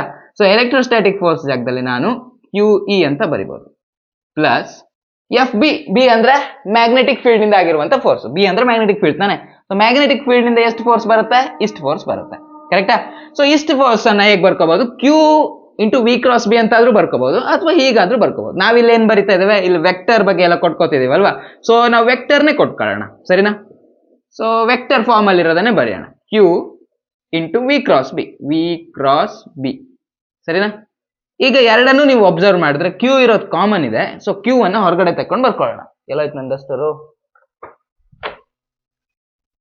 ಕ್ಯೂ ಅನ್ನ ಹೊರಗಡೆ ತೆಕ್ಕೊಂಡು ಬರ್ಕೊಳ್ಳೋಣ, ಆಯ್ತಾ? ಸೊ ಕ್ಯೂ ಅನ್ನು ಹೊರಗಡೆ ತೆಕ್ಕಂದ್ರೆ ಏನಾಗುತ್ತೆ? ಈ ರೀತಿ ಒಂದು ಬ್ರಾಕೆಟ್ ಬರುತ್ತೆ, ಇಲ್ಲಿ ಹೊರಗಡೆ ಕ್ಯೂ ಅಂತ ಬರೆದ್ರೆ ದಟ್ಸ್ ಆಲ್. ಇದೇ ಲಾರೆಂಟ್ಸ್ ಫೋರ್ಸಿಗೆ ಎಕ್ಸ್ಪ್ರೆಷನ್. ನನ್ನೊಂದು ಹಳೆ ಮಾಡೆಲ್ ಕ್ವಶನ್ ಪೇಪರ್ ಸಿಕ್ಕಿತ್ತು, ಅದರಲ್ಲಿರೋ ಕ್ವಶನ್ ಇಲ್ಲಿದೆ. ಏನಿದೆಯಪ್ಪ ಅಂತಂದ್ರೆ, derive the expression for magnetic force experienced by a current carrying conductor of length ಎಲ್ಲಿದೆ ಅಂತ ಕೇಳಿದ್ದಾರೆ. ಕೇಳ್ತಾ ಇರೋದೇನು ಅವರಲ್ಲಿ? ಬರೀ ಮ್ಯಾಗ್ನೆಟಿಕ್ ಫೋರ್ಸ್ ಮಾಡಿ ಅಂತ ಕೇಳ್ತಾ ಇದ್ದಾರೆ. ಅಂದ್ರೆ ಇದಿರೋದು ಮ್ಯಾಗ್ನೆಟಿಕ್ ಫೋರ್ಸ್ಗೆ, ಹೌದಾ? ಬೇಸಿಕ್ ಆತ್ಮ ಫಾರ್ಮುಲಾ ಇದೆ ಯಾವುದಕ್ಕೆ? ಮ್ಯಾಗ್ನೆಟಿಕ್ ಫೋರ್ಸ್ಗೆ. ಇದು ಲಾರೆಂಟ್ಸ್ ಫೋರ್ಸ್ಗೆ, ಅಂದ್ರೆ ಟೋಟಲ್ ಫೋರ್ಸ್ಗೆ. ಮ್ಯಾಗ್ನೆಟಿಕ್ ಫೋರ್ಸ್ ಮತ್ತೆ ಎಲೆಕ್ಟ್ರೋಸ್ಟಾಟಿಕ್ ಫೋರ್ಸ್ ಎರಡು ಸೇರಿಸಿದಾಗ ಆಗುವ ಟೋಟಲ್ ಫೋರ್ಸ್ಗೆ ಈ ಫಾರ್ಮುಲಾ. ಸೊ ನಾವ್ ಯಾವ್ದು ಹಾಕ್ಬೇಕು? ಈ ಫಾರ್ಮುಲಾ ಹಾಕೊಂಡು ಮಾಡ್ತಾ ಹೋದ್ರೆ ಆಯ್ತು. ಇದೆಲ್ಲ ಕೇಳೋದು 3 ಮಾರ್ಕಿಗೆ, ಕೇಳಿದ್ರೆ 3 ಮಾರ್ಕಿಗೆ, ಸರಿನಾ? ಡಯಾಗ್ರಾಮ್ ಹಾಕೋ ಅವಶ್ಯಕತೆ ಇಲ್ಲ, ಬಟ್ ಸ್ಟಿಲ್ ನಿಮಗೆ ಡಯಾಗ್ರಾಮ್ ಹಾಕೋ ಹುಚ್ಚಿದ್ರೆ ಹಾಕ್ಬೋದು. ಒಂದು ಏನ್ ಕೇಳಿದ್ದಾರೆ ಅವರು? ಒಂದು ಕರೆಂಟ್ ಕ್ಯಾರಿಂಗ್ ಕಂಡಕ್ಟರ್ ಕೇಳಿದ್ದಾರೆ. ನಾವು ಒಂದು ಕಂಡಕ್ಟರ್ ಬಿಡಿಸ್ಕೊಳ್ಳೋಣ, ಈ ರಾಡ್ ಅಲ್ಲಿ ಕರೆಂಟ್ ಹರಿತಾ ಇದೆ ಅಂತ ಅನ್ಕೊಳ್ಳೋಣ. ಆಫ್ ಲೆಂತ್ ಎಲ್ ಅಂತ ಹೇಳಿದ್ದಾರೆ. ಸೊ ಇಲ್ಲಿ ರಾಡಿನ ಲೆಂತ್ ಅನ್ನ ಎಲ್ ಅಂತ ಬರ್ಕೊಳ್ಳುವ, ಸರಿನಾ? ಇದ್ರಲ್ಲಿ ಕರೆಂಟ್ ಹರಿತಾ ಇದೆ. ಕರೆಂಟ್ ಈ ರೀತಿ ಹರಿತಾ ಇದೆ ಅಂತ ಬೇಕಾದ್ರೆ ನಾವು ಹೇಳ್ಬೋದು, ಸರಿನಾ? ಕರೆಂಟ್ ಬೇಕಾದ್ರೆ ಈ ಡೈರೆಕ್ಷನ್ ಇದೆ ಅಂತ ಹೇಳೋಣ. ಈಗ ಯಾವ್ದ್ರಲ್ಲಿ ಇರಬೇಕದು? ಮ್ಯಾಗ್ನೆಟಿಕ್ ಫೋರ್ಸ್ ಅದ್ರ ಮೇಲೆ ಆಕ್ಟ್ ಆಗ್ಬೇಕು ಅಂದ್ರೆ ಅದೊಂದು ಮ್ಯಾಗ್ನೆಟಿಕ್ ಫೀಲ್ಡ್ ಅಲ್ಲಿ ಇರಲೇಬೇಕು, ಹೌದಾ? ಸೊ ನಾವು ಮ್ಯಾಗ್ನೆಟಿಕ್ ಫೀಲ್ಡ್ ಈ ರೀತಿಯಾಗಿ ಬಿಡಿಸ್ಕೊಳ್ಳೋಣ, ಸರಿನಾ? ಈ ಮ್ಯಾಗ್ನೆಟಿಕ್ ಫೀಲ್ಡ್ ಯಾವ ರೀತಿ ಇದೆ? ಒಳಗಡೆ ಹೋಗ್ತಾ ಇದೆ. ಹಿಂದೆಲ್ಲ ಬಿಡಿಸ್ಕೊಂಡಾಗ ನಾ ಏನ್ ಬಿಡಿಸ್ಕೊಂಡಿದೆ? ಕರೆಂಟಿಗೆ ಹಿಂಗ್ ಬಿಡಿಸ್ಕೊಂಡಿದೆ. ಬಟ್ ಈಗ ಮ್ಯಾಗ್ನೆಟಿಕ್ ಫೀಲ್ಡ್ ಒಳಗಡೆ ಹೋಗ್ತಾ ಇದೆ ಅಂತ ಬಿಡಿಸ್ಕೊಂಡಿದ್ದೀನಿ. ಕರೆಂಟ್ ಹೆಂಗಿದೆ? ಕರೆಂಟ್ ಹಿಂಗಿದೆ, ಮ್ಯಾಗ್ನೆಟಿಕ್ ಫೀಲ್ಡ್ ಒಳಗಡೆ ಹೋಗ್ತಾ ಇದೆ, ಸರಿನಾ? ಸೊ ಮ್ಯಾಗ್ನೆಟಿಕ್ ಫೀಲ್ಡ್ ಒಳಗಡೆ ಹೋಗ್ತಾ ಇರೋದ್ರಿಂದ ಈ ರೀತಿಯಾಗಿ ಬಿಡಿಸ್ಕೊಳ್ಳೋಣ. ಸಾಕಲ್ಲ? ಮತ್ ನಕ್ಷತ್ರ ಬಿಡಿಸ್ಬೇಕಾ? ಬೇಡ, ಸಾಕು. ಇಲ್ಲಿದೆ ನಮ್ದು ಕಂಡಕ್ಟರ್, ಓಕೆನಾ?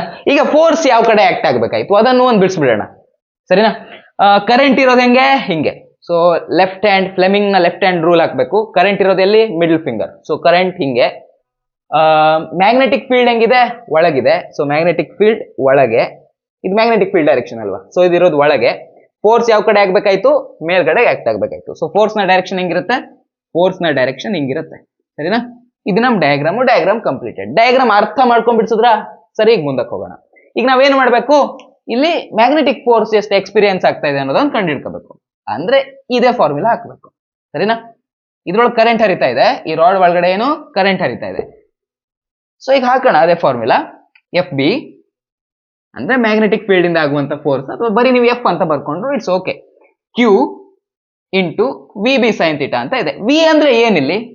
ವಿ ಅಂದ್ರೆ ನಾವು ಯಾವ ಚಾರ್ಜ್ ನ ತಗೋಬೇಕು? ಈ ಕಂಡಕ್ಟರ್ ಒಳಗಡೆ ಹರಿತಾ ಇರೋ ಚಾರ್ಜ್ ನ ವೆಲಾಸಿಟಿನ ಕನ್ಸಿಡರ್ ಮಾಡ್ಬೇಕು, ಹೌದಾ? ಈ ಕಂಡಕ್ಟರ್ ಒಳಗಡೆ ಹರಿತಾ ಇರುವಂತ ಚಾರ್ಜ್ ನ ವೆಲಾಸಿಟಿಯನ್ನ ನಾವು ಏನಂತ ಕರಿಬಹುದು? ಡ್ರಿಫ್ಟ್ ವೆಲಾಸಿಟಿ ಅನ್ಬೋದಾ? ಹಿಂದಿನ ಚಾಪ್ಟರ್ಗೆ ಹೋಗಿ ಏನಾಗುತ್ತೆ? ಡ್ರಿಫ್ಟ್ ವೆಲಾಸಿಟಿ ಅಂದ್ರೆ ಇದಕ್ಕೊಂದು ಎಲೆಕ್ಟ್ರಿಕ್ ಫೀಲ್ಡ್ ಕೊಟ್ಟಾಗ ಅದರಲ್ಲಿರೋ ಇಲೆಕ್ಟ್ರಾನ್ಸ್ ಅಥವಾ ಚಾರ್ಜ್ ಕ್ಯಾರಿಯರ್ಸ್ ಏನಿದಾವೋ ಅದು ಒಂದೇ ಸಲ ಡ್ರಿಫ್ಟ್ ಆಗುತ್ತೆ. ಸೊ ಅದರ ವೆಲಾಸಿಟಿ. ಇದರಲ್ಲಿರುವಂತಹ ಚಾರ್ಜ್ ನ ವೆಲಾಸಿಟಿಯನ್ನೇ ನಾವು ಡ್ರಿಫ್ಟ್ ವೆಲಾಸಿಟಿ ಅಂತ ಕರಿಬಹುದು. Drift velocity. ಸೊ ವೆಲಾಸಿಟಿ ಜಾಗದಲ್ಲಿ ನಾವೇನ್ ಬರೀಬಹುದು? ಇಲ್ಲಿ ಡ್ರಿಫ್ಟ್ ವೆಲಾಸಿಟಿ ಅಂತ ಬರ್ಕೋಬಹುದು. ಬಾಕಿ ಇದ್ದಕ್ಕಿದ್ದಂಗೆ ವಿ ಬಿ ಸೈನ್ ಥೀಟಾ, ಅಥವಾ ಈ ಸೈನ್ ಥೀಟಾ ಎಲ್ಲ ಬರೀಲಿಕ್ಕೆ ಬೇಜಾರು ಅಂತಂದ್ರೆ ಸೀದಾ ವಿ ಕ್ರಾಸ್ ಬಿ ಅಂತ ಬರ್ದ್ ಬಿಡ್ಬೋದು. ಇದನ್ನ ವೆಕ್ಟರ್ ಫಾರ್ಮಲ್ಲೇ ಬರೀಲಿಕ್ಕೆ ಏನ್ ಸಮಸ್ಯೆ ಇಲ್ಲ ಅಲ್ಲ? ಈಗ ವೆಕ್ಟರ್ ಫಾರ್ಮಲ್ಲೇ ಬರ್ದ್ ಬಿಡ್ವಾ? ಇದು ಫೋರ್ಸ್ ವೆಕ್ಟರ್. ಸೊ ಇಲ್ಲಿ ವೆಕ್ಟರ್ ಫಾರ್ಮಲ್ ಬರೀಬೇಕಂದ್ರೆ ಇಲ್ಲಿರೋದು ಯಾವ್ಯಾವ್ದು ವೆಕ್ಟರ್ ಇದೆ? ಇದೊಂದು ವೆಕ್ಟರ್ ಇದೆ, ಇದೊಂದು ವೆಕ್ಟರ್ ಇದೆ. ಸೊ ಸೈನ್ ಥೀಟಾ ಬರೀ ಅವಶ್ಯಕತೆ ಇಲ್ಲ. ಸೊ ಇವೆರಡರ ಮಧ್ಯ ಕ್ರಾಸ್ ಹಾಕ್ಬಿಡೋಣ, ಸರಿನಾ? V cross B. ಓಕೆ, ಇಲ್ಲೂ ಏನ್ ಮಾಡ್ಬೇಕು? ವಿ ಕ್ರಾಸ್ ಬಿ ಹಾಕ್ಬೇಕು. ವಿ ಜಾಗದಲ್ಲಿ ವಿ ಡಿ ಇತ್ತು, ಕ್ರಾಸ್ ಬಿ. ಓಕೆನಾ? ಕ್ಲಿಯರ್ ಅಲ್ಲ? ವೆಕ್ಟರ್ ಫಾರ್ಮಲ್ ಬರ್ದೆ ಅಷ್ಟೇ, ಮತ್ತೇನ್ ಮಾಡ್ಲಿಲ್ಲ. ಓಕೆನಾ? ಮತ್ತೊಂದು ವಿಷಯ, ಇಲ್ಲಿ ಕ್ಯೂ ಜಾಗದಲ್ಲಿ ಏನ್ ಬರ್ಕೋಬಹುದು, ಕ್ಯೂ ಜಾಗದಲ್ಲಿ, ಕ್ಯೂ ಅಂದ್ರೆ ಚಾರ್ಜ್ ತಾನೆ. ಸೊ ಇಲ್ಲಿ ಕಂಡಕ್ಟರ್ ನ ಒಳಗಡೆಗಿರೋ ಚಾರ್ಜ್ ಯಾರು, ಮೂವ್ ಆಗ್ತಿರೋ ಯಾರು ಅಲ್ಲಿ, ಇಲೆಕ್ಟ್ರಾನ್ಸ್ ತಾನೆ. ಸೊ ಇಲ್ಲಿ ಕ್ಯೂ ಜಾಗದಲ್ಲಿ ಇ ಅಂತ ಬರ್ಕೊಳ್ಳುವ, ಸರಿನಾ. ಕ್ಯೂ ಜಾಗದಲ್ಲಿ ಇ ಅಂದ್ರೆ ಒಂದು ಇಲೆಕ್ಟ್ರಾನ್ ಚಾರ್ಜ್ ಎಷ್ಟಿರುತ್ತೆ, ಇ ಆಗಿರುತ್ತೆ ಅಂತ.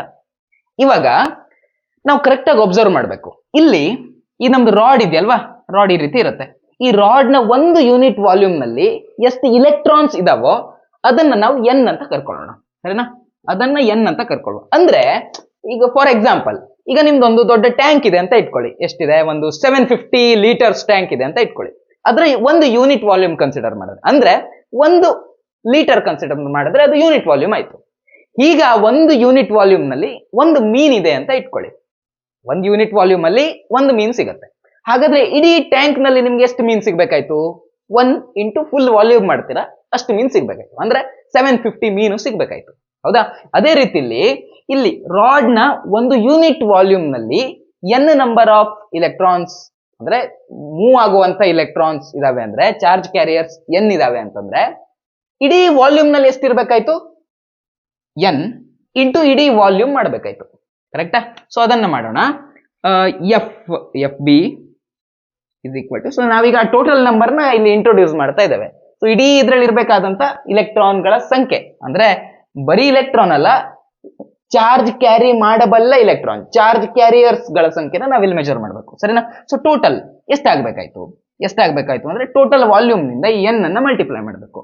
N into total volume. Total volume ಎಷ್ಟು, ಇದನ್ನ ನಾವು ಕ್ರಾಸ್ ಸೆಕ್ಷನ್ ಏರಿಯಾ ಇದೆಯಲ್ವಾ, ಈ ಏರಿಯಾವನ್ನ ನಾವು ಎ ಅಂತ ಕರೀವ, ಸರಿನಾ.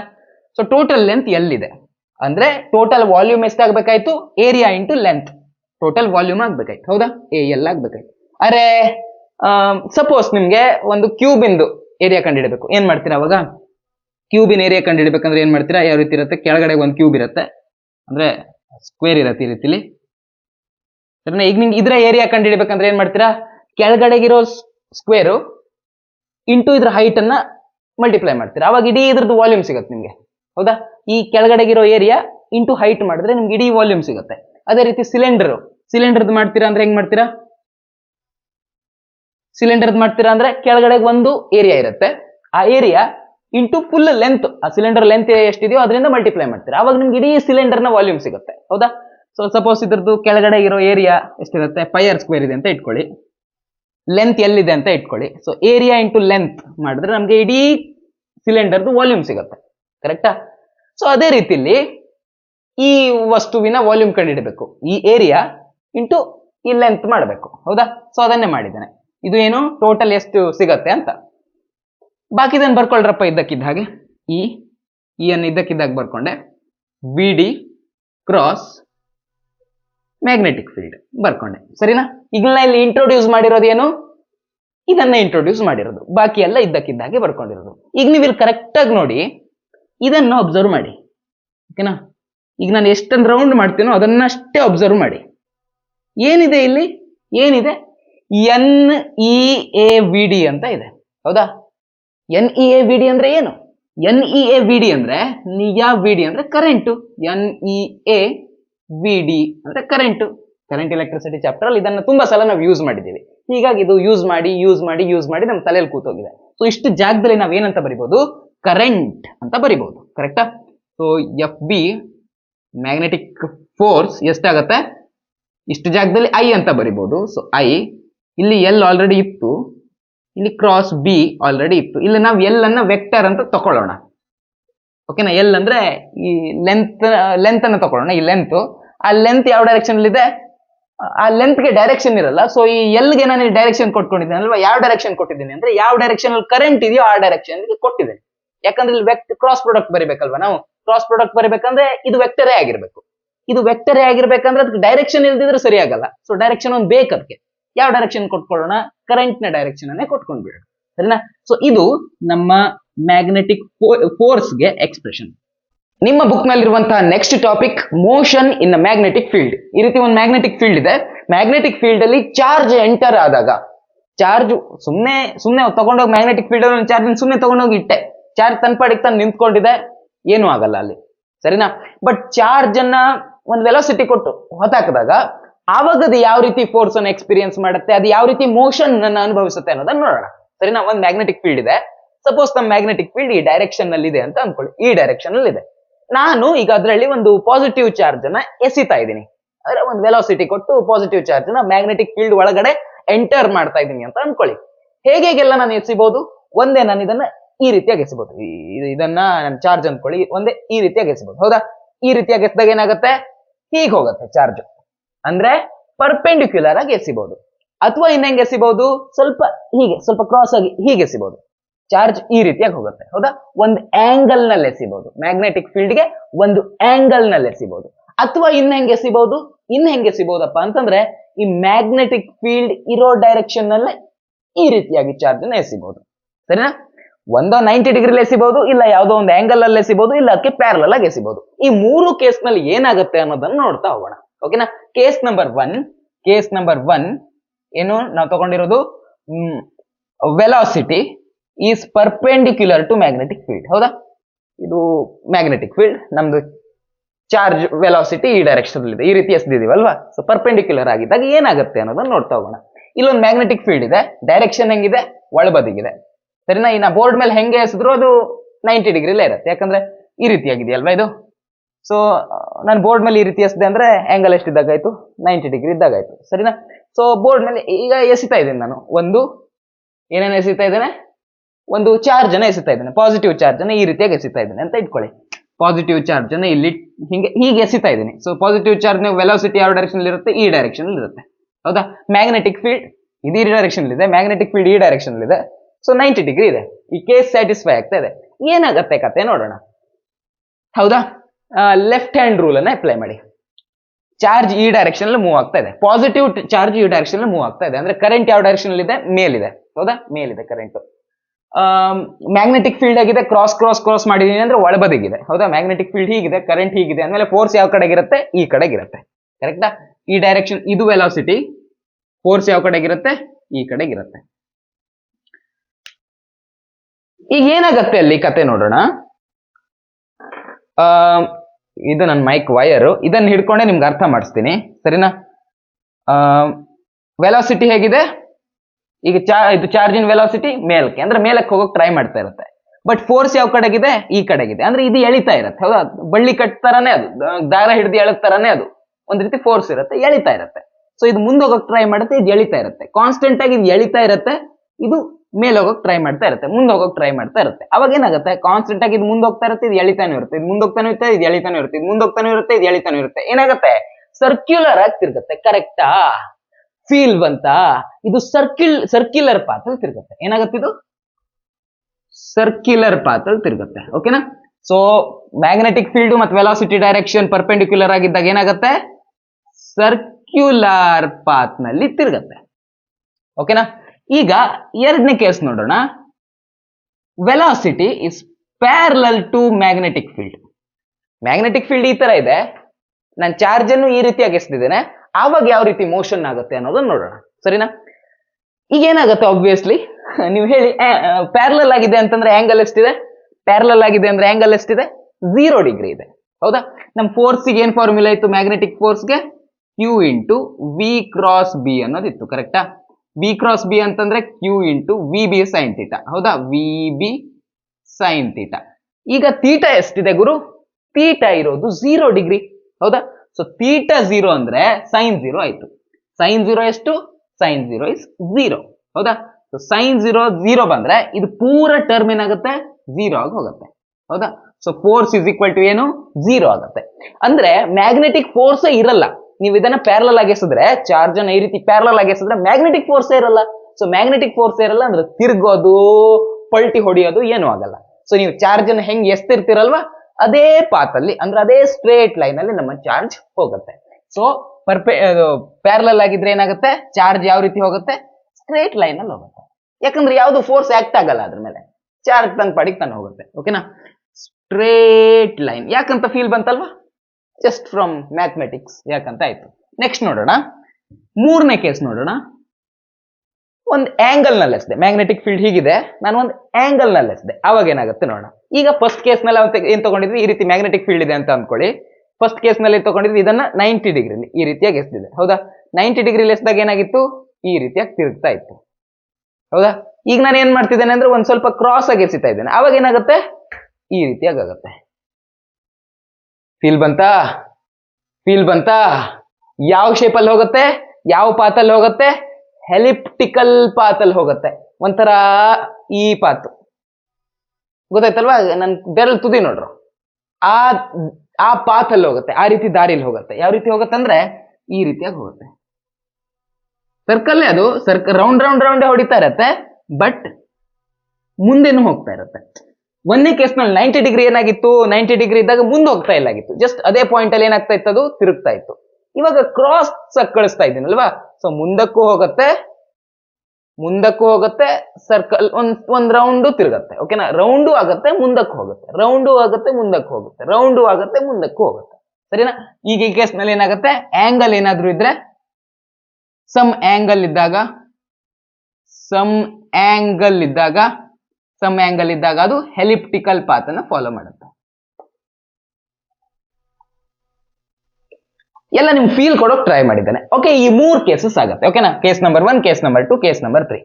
ಈಗ ಕೇಸ್ ನಂಬರ್ 1 ಇದೆಯಲ್ವಾ, ಇಲ್ಲಿ ನಿಮ್ಗೆ ಕೆಲವು 2 ಮಾರ್ಕ್ ಅಥವಾ 3 ಮಾರ್ಕಿಗೆ ಡಿರೈವೇಶನ್ ಕೇಳ್ತಾರೆ. ಕೇಸ್ ನಂಬರ್ ಇದ್ರಲ್ಲಿ ಏನು ಆ ರೀತಿ ಕೇಳಲ್ಲ, ಜಸ್ಟ್ ನಿಮ್ಗೆ ಫೀಲ್ ಬಂದ್ರೆ, ಆ ನಾಲೆಜ್ ನಿಮ್ಗೆ ಸಿಕ್ಕಿದ್ರೆ, ಹೆಚ್ಚಂದ್ರೆ ಇದ್ರ ಮೇಲೆಲ್ಲ MCQs ಕೇಳ್ತಾರೆ. ಆ MCQ ನೀವು ಆರಾಮಾಗಿ ಅಟೆಂಡ್ ಮಾಡ್ತೀರಾ. ಈಗ ಫೀಲ್ ಬಂತಲ್ವಾ, ಅನುಭವಿಸಿದ್ರಲ್ವಾ, ಇದು ನಿಮ್ ತಲೆಯಲ್ಲಿ ಶಾಶ್ವತವಾಗಿರುತ್ತೆ.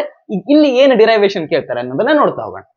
Derive the expression for radius and time period of revolution of charged particle ಯಾವಾಗ moving perpendicular to magnetic field ಅಂತ ಕೇಳ್ತಾ ಇದ್ದಾರೆ. ಓಕೆನಾ? ಸೊ ನಾವೇನ್ ಬರ್ಕೋಬೇಕು, ಅದರ ವೆಲಾಸಿಟಿ ಯಾವ ಡೈರೆಕ್ಷನ್ ಹೇಗಿರುತ್ತೆ, ಪರ್ಪೆಂಡಿಕ್ಯುಲರ್ ಟು ಮ್ಯಾಗ್ನೆಟಿಕ್ ಫೀಲ್ಡ್ ಆಗಿರುತ್ತೆ. ನೀವು ಡಯಾಗ್ರಾಮ್ ಹಾಕೊಳ್ಳೋದಿದ್ರೆ ಯಾವ ರೀತಿ ಹಾಕೋಬಹುದು, ಈ ರೀತಿಯಾಗಿ ಹಾಕೋಬಹುದು. ಓಕೆನಾ? ಈ ರೀತಿಯಾಗಿ ನೀವು ನಿಮ್ಮ ಡಯಾಗ್ರಾಮ್ ಹಾಕೋಬಹುದು.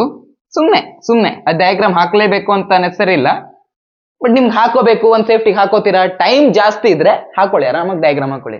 ಟೈಮ್ ಇಲ್ಲ, ತುಂಬಾ ಕಮ್ಮಿ ಟೈಮ್ ಇದೆ ಅಂತಂದ್ರೆ ಡಯಾಗ್ರಾಮ್ ಹಾಕಿದ್ರೆ ಡೈರೆಕ್ಟ್ ಡಿರೈವೇಶನ್ ಮಾಡ್ಬಿಡಿ. ಓಕೆನಾ? ಜಸ್ಟ್ 3 ಮಾರ್ಕಿಗೆ ಇರೋದು. ಈಗ ಚಾರ್ಜ್ ಇರುತ್ತೆ, ಚಾರ್ಜ್ ಈ ರೀತಿ ಪರ್ಪೆಂಡಿಕ್ಯುಲರ್ ಆಗಿ ಮ್ಯಾಗ್ನೆಟಿಕ್ ಫೀಲ್ಡ್ ಪರ್ಪೆಂಡಿಕ್ಯುಲರ್ ಆಗಿದ್ರೆ ಹೇಗೆ ತಿರುಗುತ್ತೆ, ಅದು ಸರ್ಕ್ಯುಲರ್ ಪಾತ್ ಅಲ್ಲಿ ಸುತ್ತಾಗ್ತಾ ಇರುತ್ತೆ. ಹೌದಾ? ಸೊ ಇದನ್ನ ಚಾರ್ಜ್ ಅಂತ ಅಂದ್ಕೊಳ್ಳೋಣ. ಇದು ವೆಲಾಸಿಟಿ ಡೈರೆಕ್ಷನ್, ಇದು ಫೋರ್ಸ್ ನ ಡೈರೆಕ್ಷನ್, ಸೆಂಟ್ರಿಪಿಟಲ್ ಫೋರ್ಸ್. ಹೇಗೆ ತಿರುಗುತ್ತೆ, ಸರ್ಕ್ಯುಲರ್ ಪಾತ್ ಅಲ್ಲಿ ಸುತ್ತಾಗ್ತಾ ಇರುತ್ತೆ. ಹೌದಾ? ನಮ್ ಚಾರ್ಜ್ ಈ ರೀತಿ ಸರ್ಕ್ಯುಲರ್ ಪಾತ್ ಅಲ್ಲಿ ಸುತ್ತಾಗ್ತಾ ಇದೆ ಅನ್ನೋದನ್ನ ನೀವು ಅಲ್ಲಿ ಅವರಿಗೆ ತೋರಿಸ್ಬೇಕು. ಸರಿನಾ? ಈ ರೀತಿಯಾಗಿರುತ್ತೆ. ಡಯಾಗ್ರಾಮ್ ಒಂದ್ ಹಾಕೊಂಡ್ರಿ. ಇವಾಗ ಶುರು ಮಾಡೋಣ. ಇಲ್ಲಿ ಏನಾಗುತ್ತೆ, ನಮ್ದು ಪಾರ್ಟಿಕಲ್ ಏನಿದೆಯೋ ಅಥವಾ ನಮ್ ಚಾರ್ಜಡ್ ಪಾರ್ಟಿಕಲ್ ಏನಿದೆಯೋ ಇದು ಸರ್ಕ್ಯುಲರ್ ಪಾತ್ ಅಲ್ಲಿ ತಿರುಗುತ್ತೆ. ಸರ್ಕ್ಯುಲರ್ ಪಾತ್ ಅಲ್ಲಿ ತಿರುಗಬೇಕು ಅಂದ್ರೆ ಏನಾಗ್ಬೇಕು, ಒಂದ್ ಪಾರ್ಟಿಕಲ್ ಸರ್ಕ್ಯುಲರ್ ಪಾತ್ ನಲ್ಲಿ ತಿರುಗ್ಬೇಕಂದ್ರೆ ಏನಾಗ್ಬೇಕು, ಅದನ್ನ ಈ ಸರ್ಕ್ಯುಲರ್ ಪಾತ್ ನಲ್ಲಿ ಹಿಡಿದಿಡ್ಲಿಕ್ಕೆ ಒಂದು ಫೋರ್ಸ್ ಬೇಕಾಗತ್ತೆ. ಹೌದಾ? ಈಗ ಸದ್ಯದಲ್ಲಿ ಟೆನ್ಷನ್ ಮಾಡ್ತಾ ಇದೆ, ದಾರದ ಟೆನ್ಷನ್ ಏನಿದೆಯೋ ಆ ಕೆಲಸ ಮಾಡ್ತಾ ಇದೆ. ಅಂದ್ರೆ ಈ ಫೋರ್ಸ್ ಏನ್ ಮಾಡ್ತಾ ಇದೆ, ಈ ಫೋರ್ಸ್ ಆ ಪಾರ್ಟಿಕಲ್ ಅನ್ನ ಸೆಂಟರ್ ನ ಸುತ್ತ ತಿರುಗುವಂತೆ ಮಾಡ್ತಾ ಇದೆ. ಅಂದ್ರೆ ಇಲ್ಲಿ ಏನಿದೆ, ಇಲ್ಲಿ ಸೆಂಟ್ರಿಪಿಟಲ್ ಫೋರ್ಸ್ ಅನ್ನೋದೊಂದಿದೆ. ಹೌದಾ? ಸೆಂಟ್ರಿಪಿಟಲ್ ಫೋರ್ಸ್ ಆಕ್ಟ್ ಆಗ್ತಾ ಇದೆ. ಸೊ ಈ ಫೋರ್ಸ್ ಯಾವ ರೀತಿ ಆಕ್ಟ್ ಆಗ್ತಾ ಇದೆ, ಸೆಂಟ್ರಿಪಿಟಲ್ ಫೋರ್ಸ್ ತರ ಆಕ್ಟ್ ಆಗ್ತಾ ಇದೆ. ಸೆಂಟ್ರಿಪಿಟಲ್ ಫೋರ್ಸ್ಗೆ ಫಾರ್ಮುಲಾ ಇದೆ, ಅದನ್ನ 11th ಅಲ್ಲಿ ಆಲ್ರೆಡಿ ಕಲ್ತ್ಕೊಂಡಿರ್ತೀರಾ. ಹೌದಾ? ಸೊ ಸೆಂಟ್ರಿಪಿಟಲ್ಗೆ ಯಾವ ರೀತಿ formula, mv² divided by r ಅನ್ನುವಂಥದ್ದು ಇಲ್ಲಿನ ಫೋರ್ಸ್ ಆಗಿರುತ್ತೆ. ಹೌದಾ? ಸರಿ, ಇಲ್ಲಿರೋ ಫೋರ್ಸ್ ಸೆಂಟ್ರಿಪಿಟಲ್ ಫೋರ್ಸ್ ಆಗ್ಬೇಕಾಯ್ತು, ಯಾಕಂದ್ರೆ ಅದನ್ನು ತಿರುಗುವ ಹಾಗೆ ಮಾಡಿದೆ. ಬಟ್ ಆಕ್ಚುಲಿ ಇಲ್ಲಿರೋ ಫೋರ್ಸ್ ಏನು, ಮ್ಯಾಗ್ನೆಟಿಕ್ ಫೋರ್ಸ್ ತಾನೆ. ಒಂದ್ ಚಾರ್ಜ್ ಇಲ್ಲಿ ಎಂಟರ್ ಆದಾಗ ಅದು ಅನುಭವಿಸುವಂತ ಮ್ಯಾಗ್ನೆಟಿಕ್ ಫೋರ್ಸ್ ತಾನೆ.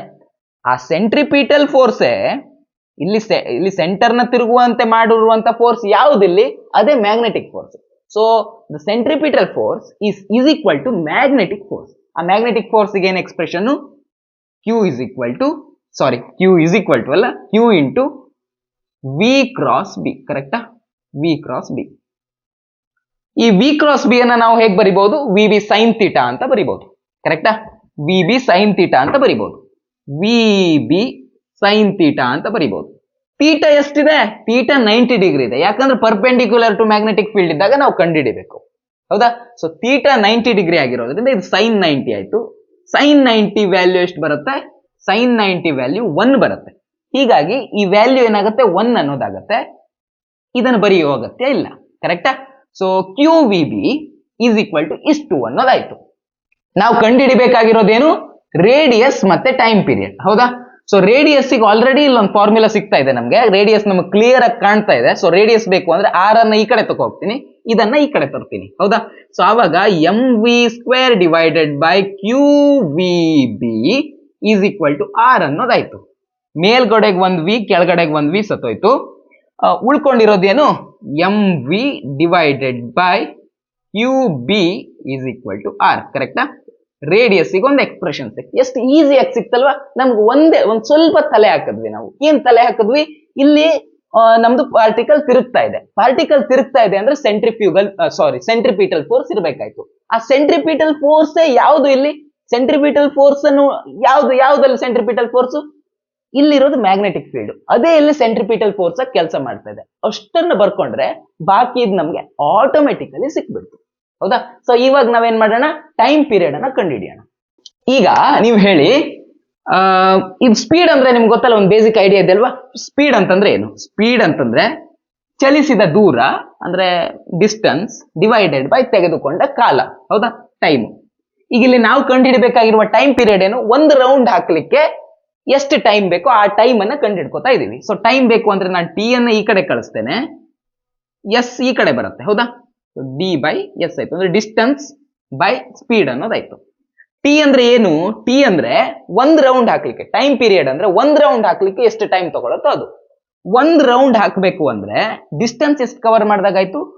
ಒಂದು ಸರ್ಕಲ್ ತಿರುಗಿದಾಗಾಯ್ತು. ಹೌದಾ? ಒಂದ್ ಸರ್ಕಲ್ ನ ಸರ್ಕಂಫರೆನ್ಸ್ ತಿರುಗಿದಾಗಾಯ್ತು. ಸೊ ಇಷ್ಟು ತಿರುಗಿದ್ದೇವೆ ಅಂತಂದ್ರೆ ಡಿಸ್ಟೆನ್ಸ್ ಏನಾಗಬೇಕಾಯ್ತು? 2πr ಆಗ್ಬೇಕಾಯ್ತು. Obviously this is 2πr. Distance ಜಾಗದಲ್ಲಿ 2πr ಅಂತ ಬರ್ಕೊಂಡೆ. ಸ್ಪೀಡ್ ಜಾಗದಲ್ಲಿ ನಾವು ಇದ್ರ ವೆಲಾಸಿಟಿನ ಬರ್ಕೋಬಹುದು. ಪ್ರತಿ ಟೈಮ್ ಅಲ್ಲೂ ವೆಲಾಸಿಟಿ ಡೈರೆಕ್ಷನ್ ಚೇಂಜ್ ಮಾಡ್ತಾ ಇರುತ್ತೆ. ಈ ಪಾಯಿಂಟ್ ಅಲ್ಲಿ ಈ ಡೈರೆಕ್ಷನ್ ಇದೆ, ಈ ಪಾಯಿಂಟ್ ಅಲ್ಲಿ ಈ ಡೈರೆಕ್ಷನ್ ಇದೆ, ಈ ಪಾಯಿಂಟ್ ಅಲ್ಲಿ ಈ ಡೈರೆಕ್ಷನ್ ಇದೆ, ಈ ಪಾಯಿಂಟ್ ಅಲ್ಲಿ ಈ ಡೈರೆಕ್ಷನ್ ಇದೆ. ಹೌದಾ? ವೆಲಾಸಿಟಿ ಡೈರೆಕ್ಷನ್ ಚೇಂಜ್ ಮಾಡ್ಕೋತಾ ಇದೆ. ಚೇಂಜ್ ಮಾಡ್ತಾ ಇರೋದು ವೆಲಾಸಿಟಿಯ ಡೈರೆಕ್ಷನ್ ಮಾತ್ರ. ವೆಲಾಸಿಟಿಯ ಮ್ಯಾಗ್ನಿಟ್ಯೂಡ್ ಚೇಂಜ್ ಆಗ್ತಾ ಇಲ್ಲ. ವೆಲಾಸಿಟಿ ಮ್ಯಾಗ್ನಿಟ್ಯೂಡ್ ಇದ್ದಷ್ಟೇ ಇದೆ. ವೆಲಾಸಿಟಿದು ಬರೀ ಮ್ಯಾಗ್ನಿಟ್ಯೂಡ್ ಕನ್ಸಿಡರ್ ಮಾಡಿದ್ರೆ ಅದನ್ನೇ ತಾನೇ ನಾವು ಸ್ಪೀಡ್ ಅಂತ ಕರೆಯೋದು. ಸೊ ವೆಲಾಸಿಟಿ ಮ್ಯಾಗ್ನಿಟ್ಯೂಡ್ ವಿನೇ ಇದೆ. ಹೌದಾ? ಡೈರೆಕ್ಷನ್ ಪ್ರತಿಕ್ಷಣ ಚೇಂಜ್ ಆಗ್ತಾ ಇರ್ಬೋದು, ಬಟ್ ವೆಲಾಸಿಟಿಯ ಮ್ಯಾಗ್ನಿಟ್ಯೂಡ್ ವಿನೇ ಇದೆ. ಅಂದ್ರೆ ಸ್ಪೀಡ್ ಜಾಗದಲ್ಲಿ ನಾವು ವಿ ಅಂತ ಬರ್ಕೋಬಹುದು. ಕ್ಲಿಯರ್? ಇವಾಗ ನಮಗ್ ಬೇಕಾಗಿರೋದು ಏನಾಗಿತ್ತು? ಟೈಮ್ ಪೀರಿಯಡ್ ಆಗಿತ್ತು. ಸಿಕ್ಕೋಯ್ತಾ? ಇದು ಕರೆಕ್ಟೇ ಇರೋದು. ಬಟ್ ನಿಮ್ದು ಬುಕ್ ನಲ್ಲಿ ಏನ್ ಕೊಟ್ಟಿದ್ದಾರೆ ಅಂದ್ರೆ ಆರ್ ಜಾಗದಲ್ಲಿ ಇದನ್ನ ಸಬ್ಸ್ಟಿಟ್ಯೂಟ್ ಮಾಡ್ಕೊಂಡು ಬರ್ದಿದ್ದಾರೆ. ಅದನ್ನ ಬರ್ದ್ಬಿಡಿ, ಏನ್ ಖರ್ಚಾಗುತ್ತೆ. So T is equal to 2π R ಜಾಗದಲ್ಲಿ M V by Q B divided by ಇಲ್ಲೇನಿತ್ತು? ವಿ ಇತ್ತು. ಹೌದಾ? ಸೊ ವಿ ಅಂತ ಬರ್ಕೊಂಡಿದ್ದಾನೆ. ಕರೆಕ್ಟಾ? ಇಲ್ಲಿ ಒಂದ್ ವಿ ಕ್ಯಾನ್ಸಲ್ ಆಯ್ತು. ನಮ್ಗೆ ಉಳ್ಕೊಂಡಿರೋದೇನು? T is equal to 2πm divided by Q B ಅನ್ನೋದು ಉಳ್ಕೊಂತು. ಇದು ಟೈಮ್ ಪೀರಿಯಡ್ಗೆ ಎಕ್ಸ್ಪ್ರೆಷನ್. ಈಸಿ ಇತ್ತಲ್ವಾ? ಕ್ಲಿಯರ್ ಆಯ್ತಲ್ವಾ? ನೆಕ್ಸ್ಟ್ ಟಾಪಿಕ್ಗೆ ಹೋಗೋಣವಾ? ನಿಮ್ಮ ಟೆಕ್ಸ್ಟ್ ಬುಕ್ ನಲ್ಲಿರುವಂತಹ ಮುಂದಿನ ಟಾಪಿಕ್ ಬಯೋಟ್ ಸಾವರ್ಟ್ ಲಾ ಅಂತಾನೆ ನೀವು ಓದಿ. ಯಾಕಂದ್ರೆ ನೀವು ಎಕ್ಸಾಮ್ ಅಲ್ಲಿ ಹಂಗೆ ಬರೀಬೇಕಲ್ವಾ? ಅದು ಹೆಂಗ್ ಪ್ರನೌನ್ಸ್ ಆಗತ್ತೆ ಅದೆಲ್ಲ ಬೇರೆಯವ್ರ ಹೆಸರದು. ಬಟ್ ನೀವು ಎಕ್ಸಾಮ್ ನಲ್ಲಿ ಬರೆಯೋದಲ್ವಾ? BIOT ಅಂತಾನೆ ಬರೀತಾರೆ. ಹೀಗಾಗಿ ಓದಬೇಕಾದ್ರೂ ಬಯೋಟ್ ಸಾವರ್ಟ್ ಲಾ ಅಂತಾನೆ ಹೋಗಿ. ಇದೇ ಪ್ರಾಕ್ಟೀಸ್ ಆಗಲಿ ನಿಮ್ಗೆ ಸದ್ಯಕ್ಕೆ, ಎಕ್ಸಾಮ್ ಬರೆಯುವವರೆಗಾದ್ರೂ ಅಟ್ಲೀಸ್ಟ್. ಓಕೆನಾ? ಈಗ ಬಯೋಟ್ ಸಾವರ್ಟ್ ಲಾ ಅಂದ್ರೆ ಏನು ಅಂತ ನೋಡ್ತಾ ಹೋಗೋಣ. ಇಲ್ಲಿ ಒಂದು ವೈರ್ ಇದೆ. ಎಂತ ವೈರು? ಕರೆಂಟ್ ಕ್ಯಾರಿಂಗ್ ವೈರ್ ಇದೆ. ಅದರಲ್ಲಿ ಐ ಕರೆಂಟ್ ಇದೆ ಅಂತ ಅನ್ಕೊಳ್ಳೋಣ. ಈಗ ನಾನು ಇಡೀ ವೈರ್ ನ ಕನ್ಸಿಡರ್ ಮಾಡಿದ್ರೆ ಯಾವ್ದೋ ಒಂದು ಪಾಯಿಂಟ್ ಅಲ್ಲಿ ಯಾವ ರೀತಿ ಮ್ಯಾಗ್ನೆಟಿಕ್ ಫೀಲ್ಡ್ ಇರುತ್ತೆ ಅಂತ ಬಯೋಟ್ ಸಾವರ್ಟ್ ಲಾ ಹೇಳಲ್ಲ. ಏನ್ ಹೇಳುತ್ತೆ ಹಂಗಾದ್ರೆ? ಏನ್ ಹೇಳುತ್ತೆ ಅಂದ್ರೆ ಇಡೀ ವೈರ್ ಕನ್ಸಿಡರ್ ಮಾಡೋದಲ್ಲ, ನಾವು ಒಂದು ಎಲಿಮೆಂಟ್ ನ ಕನ್ಸಿಡರ್ ಮಾಡ್ಬೇಕು. ಈ ವೈರ್ ನ ಒಂದು ಚಿಕ್ಕ ಎಲಿಮೆಂಟ್, ಇಡೀ ವೈರಲ್ ಕರೆಂಟ್ ಇರುತ್ತೆ, ಈ ಕರೆಂಟ್ ನ ಒಂದು ಚಿಕ್ಕ ಎಲಿಮೆಂಟ್ ಅನ್ನ ಕನ್ಸಿಡರ್ ಮಾಡ್ಬೇಕು. ಅದಕ್ಕೆ ನಾನು DL ಅಂತ ಕರ್ಕೋತೇನೆ. ಸರಿನಾ? ಚಿಕ್ಕ ಎಲಿಮೆಂಟ್ ಕನ್ಸಿಡರ್ ಮಾಡ್ಬೇಕು. ಈ ಎಲಿಮೆಂಟ್ ಕನ್ಸಿಡರ್ ಮಾಡಿದ್ರೆ ನಾವು ಇದರಲ್ಲಿ ಅದ್ರ ಅಕ್ಕಪಕ್ಕ ಇರೋ ಯಾವ್ದಾದ್ರು ಒಂದು ಪಾಯಿಂಟ್ ಅನ್ನು ಕನ್ಸಿಡರ್ ಮಾಡಿದ್ರೆ ಅಲ್ಲಿ ಮ್ಯಾಗ್ನೆಟಿಕ್ ಫೀಲ್ಡ್ ಯಾವ ರೀತಿ ಇರುತ್ತೆ ಅನ್ನೋದನ್ನ ನಾವು ಹೇಳ್ಬೋದು. ಓಕೆನಾ? ಎಷ್ಟಿರುತ್ತೆ ಅದನ್ನ ಬಯೋಟ್ ಸಾವರ್ಟ್ ಲಾ ಹೇಳುತ್ತೆ.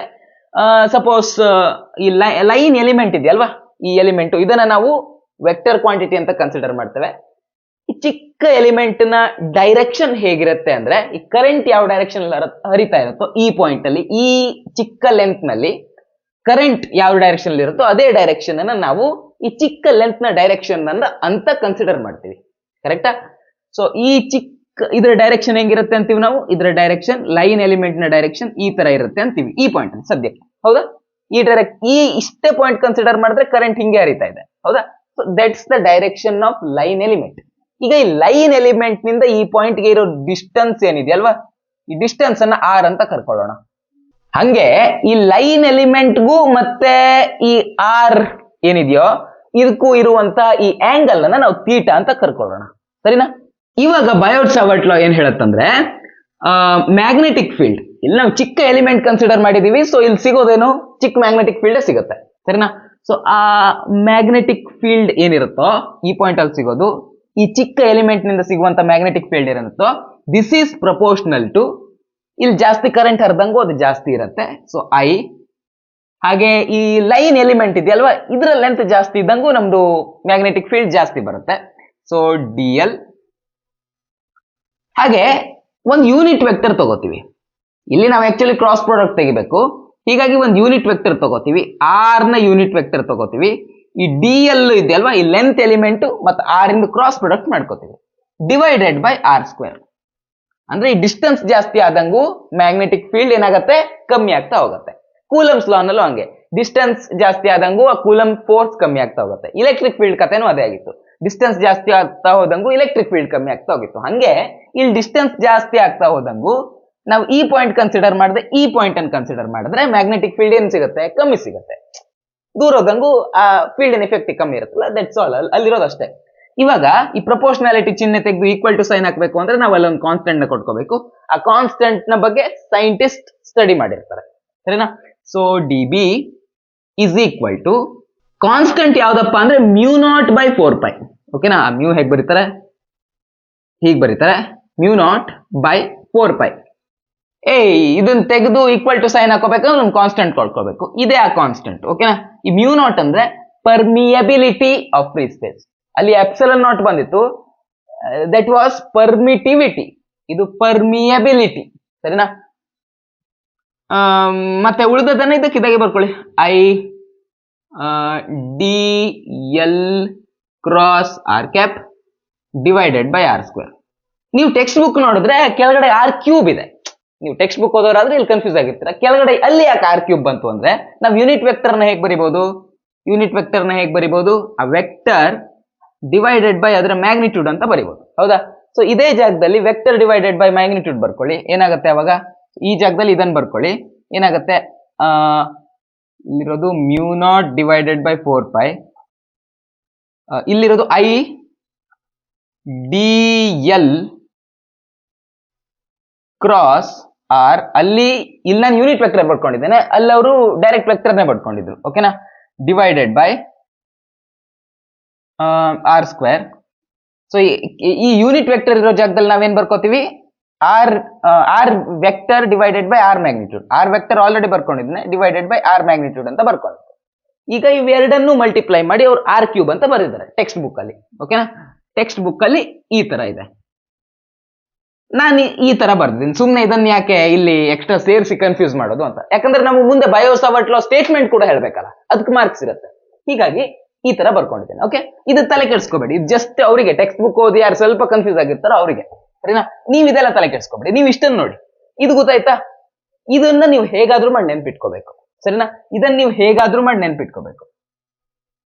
ಇದರಿಂದ ಪ್ರಪೋರ್ಷನಾಲಿಟಿ ಕಾನ್ಸ್ಟೆಂಟ್ ಬರುತ್ತೆ. ನೀವು ಇದಕ್ಕಿಂತ ನೀವು ಇದನ್ನೇ ನೆನ್ಪಿಟ್ಕೊಂಡ್ಬಿಡಿ, ಸರಿನಾ? ಇದನ್ನೇ ನೆನ್ಪಿಟ್ಕೋಬೇಡಿ, ಇದೇ ಬಯೋಟ್-ಸಾವರ್ಟ್ ಲಾ. ಆಮೇಲೆ ಇದೆ ಆಕ್ಚುಲಿ ಇದು ಬಯೋಟ್-ಸಾವರ್ಟ್ ಲಾ. ಸ್ಟೇಟ್ಮೆಂಟ್ ಹೇಳ್ಬೇಕು ಅಂದ್ರೆ ನೀವು ಇದನ್ನ ಹೇಳ್ಬೇಕು, ಸ್ಟೇಟ್ಮೆಂಟ್ ಹೇಳ್ಬೇಕು, ಇದನ್ನ ಹೇಳ್ಬೇಕಂದ್ರೆ ಹೆಂಗ್ ಹೇಳ್ತೀರಾ, ಯಾವ್ಯಾವ್ದು ಪ್ರಪೋರ್ಷನಲ್ ಆಗಿದೆ ಅನ್ನೋದನ್ನ ಹೇಳ್ತೀರಾ, ಹೌದಾ? ಈಗ ಮ್ಯಾಗ್ನೆಟಿಕ್ ಫೀಲ್ಡ್ ಏನ್ ಸಿಗುತ್ತೋ it is proportional to, directly proportional to current, length of line element, and it is inversely proportional to, ಅಂದ್ರೆ ಕೆಳಗಡೆಗೆ ಏನಿದೆ ಸ್ಕ್ವೇರ್ ಆಫ್ ದ ಡಿಸ್ಟೆನ್ಸ್, ಹೌದಾ? ಅದನ್ನ ಹೇಳಿದ್ರೆ ಆಯ್ತಷ್ಟೇ. ಸೊ ಇದೇ ಬಯೋಟ್-ಸಾವರ್ಟ್ ಲಾ. ನಿಮ್ಗೆ ಈ ಚಾಪ್ಟರ್ ಇಂದ ನ್ಯೂಮರಿಕಲ್ ಕೇಳಲ್ಲ, ಓಕೆ? ಬಟ್ ನಿಮ್ CET GETಗೆಲ್ಲ ಕೇಳಿದ್ರೆ ಈ μ0 by 4π ವ್ಯಾಲ್ಯೂ ಏನಿದೆಯೋ ಇದು 10⁻⁻7 tesla metre per ampere, okay? ಇದು 10⁻⁻7 ಟೆಸ್ಲಾ ಮೀಟರ್ ಪರ್ ಆಂಪೇರ್ ಆಗಿರುತ್ತೆ. ಯಾವ್ದ್ರ ವ್ಯಾಲ್ಯೂ, ಇದ್ರ ವ್ಯಾಲ್ಯೂ, ಓಕೆ? ಹೆಂಗ್ ನಮ್ಗೆ ಇದಿತ್ತಲ್ವಾ, ಯಾವುದು 1/4π ಎಪ್ಸಿಲಾನ್ ನಾಟ್ ಎಷ್ಟಿತ್ತು, 9 into 10⁻9 ಇತ್ತು, ಹೌದಾ? ಸೊ ಅದೇ ರೀತಿ ಇದ್ರ ವ್ಯಾಲ್ಯೂ ಇಷ್ಟು ಬರುತ್ತೆ. ಇದ್ ನೆನ್ಪಿಟ್ಕೊಳ್ಳೋ ಅಗತ್ಯ ಇಲ್ಲ, ಸರಿನಾ? ಇದ್ ನೆನ್ಪಿಟ್ಕೊಳ್ಳೋ ಅಗತ್ಯ ಇಲ್ಲ. CET ಲೂ ಇದ್ರ ಮೇಲೆಲ್ಲ ಕ್ವಶನ್ ಕೇಳಲ್ಲ, ಓಕೆನಾ? ತುಂಬಾ ರೇರ್ ಕೇಳಿದ್ರು ತುಂಬಾ ರೇರ್, ಬಟ್ ಬೋರ್ಡ್ ಅಲ್ಲಂತೂ ಕೇಳೋದೇ ಇಲ್ಲ. ಸೊ ಇದ್ರ ವ್ಯಾಲ್ಯೂ ನೆನ್ಪಿಟ್ಕೊಳ್ಳೋ ಅಗತ್ಯ ಇಲ್ಲ, ಬಟ್ ಇದು ಏನ್ ಬರುತ್ತೆ ಅನ್ನೋದನ್ನ ನೆನ್ಪಿಟ್ಕೊಳ್ಳಿ. ಇದು ನೆನ್ಪಿಟ್ಕೊಳ್ಳೇಬೇಕು, ಬೇರೆ ಆಪ್ಷನ್ ಇಲ್ಲ. ಬೋರ್ಡ್ ಕ್ಲೀನ್ ಮಾಡ್ಬೇಕಾದ್ರೆ ನೆನಪಾಯ್ತು ಒಂದ್ ಪಾಯಿಂಟ್. ಇಲ್ಲಿ ನಾವು ವೆಕ್ಟರ್ ಫಾರ್ಮಲ್ ಬರ್ದಿದ್ದೇವೆ, ಕರೆಕ್ಟಾ? ಇಲ್ಲಿ ವೆಕ್ಟರ್ ಫಾರ್ಮಲ್ ಬರ್ದಿದ್ದೇವೆ. ನಮ್ಗೆ ಜಸ್ಟ್ ಅದ್ರ ಮ್ಯಾಗ್ನಿಟ್ಯೂಡ್ ಅಷ್ಟೇ ಬೇಕು ಅಂದ್ರೆ ನಾವೇನ್ ಮಾಡ್ಬೇಕಾಯ್ತು? ಜಸ್ಟ್ ಅದ್ರ ಮ್ಯಾಗ್ನಿಟ್ಯೂಡ್ ಅಷ್ಟೇ ಬೇಕು ಅಂದ್ರೆ ಇಲ್ಲಿರೋ ಕ್ರಾಸ್ ಪ್ರಾಡಕ್ಟ್ ಏನಿದೆಯೋ ಇದನ್ನ ನಾವು ಸಾಲ್ವ್ ಮಾಡಿ ಬರ್ಕೊಂಡ್ರೆ ಆಯ್ತು ಅಷ್ಟೇ, ಸರಿನಾ? ನಮ್ಗೆ ಜಸ್ಟ್ ಮ್ಯಾಗ್ನಿಟ್ಯೂಡ್ ಬೇಕು. ಆವಾಗ ಏನ್ ಮಾಡ್ತೀರಾ?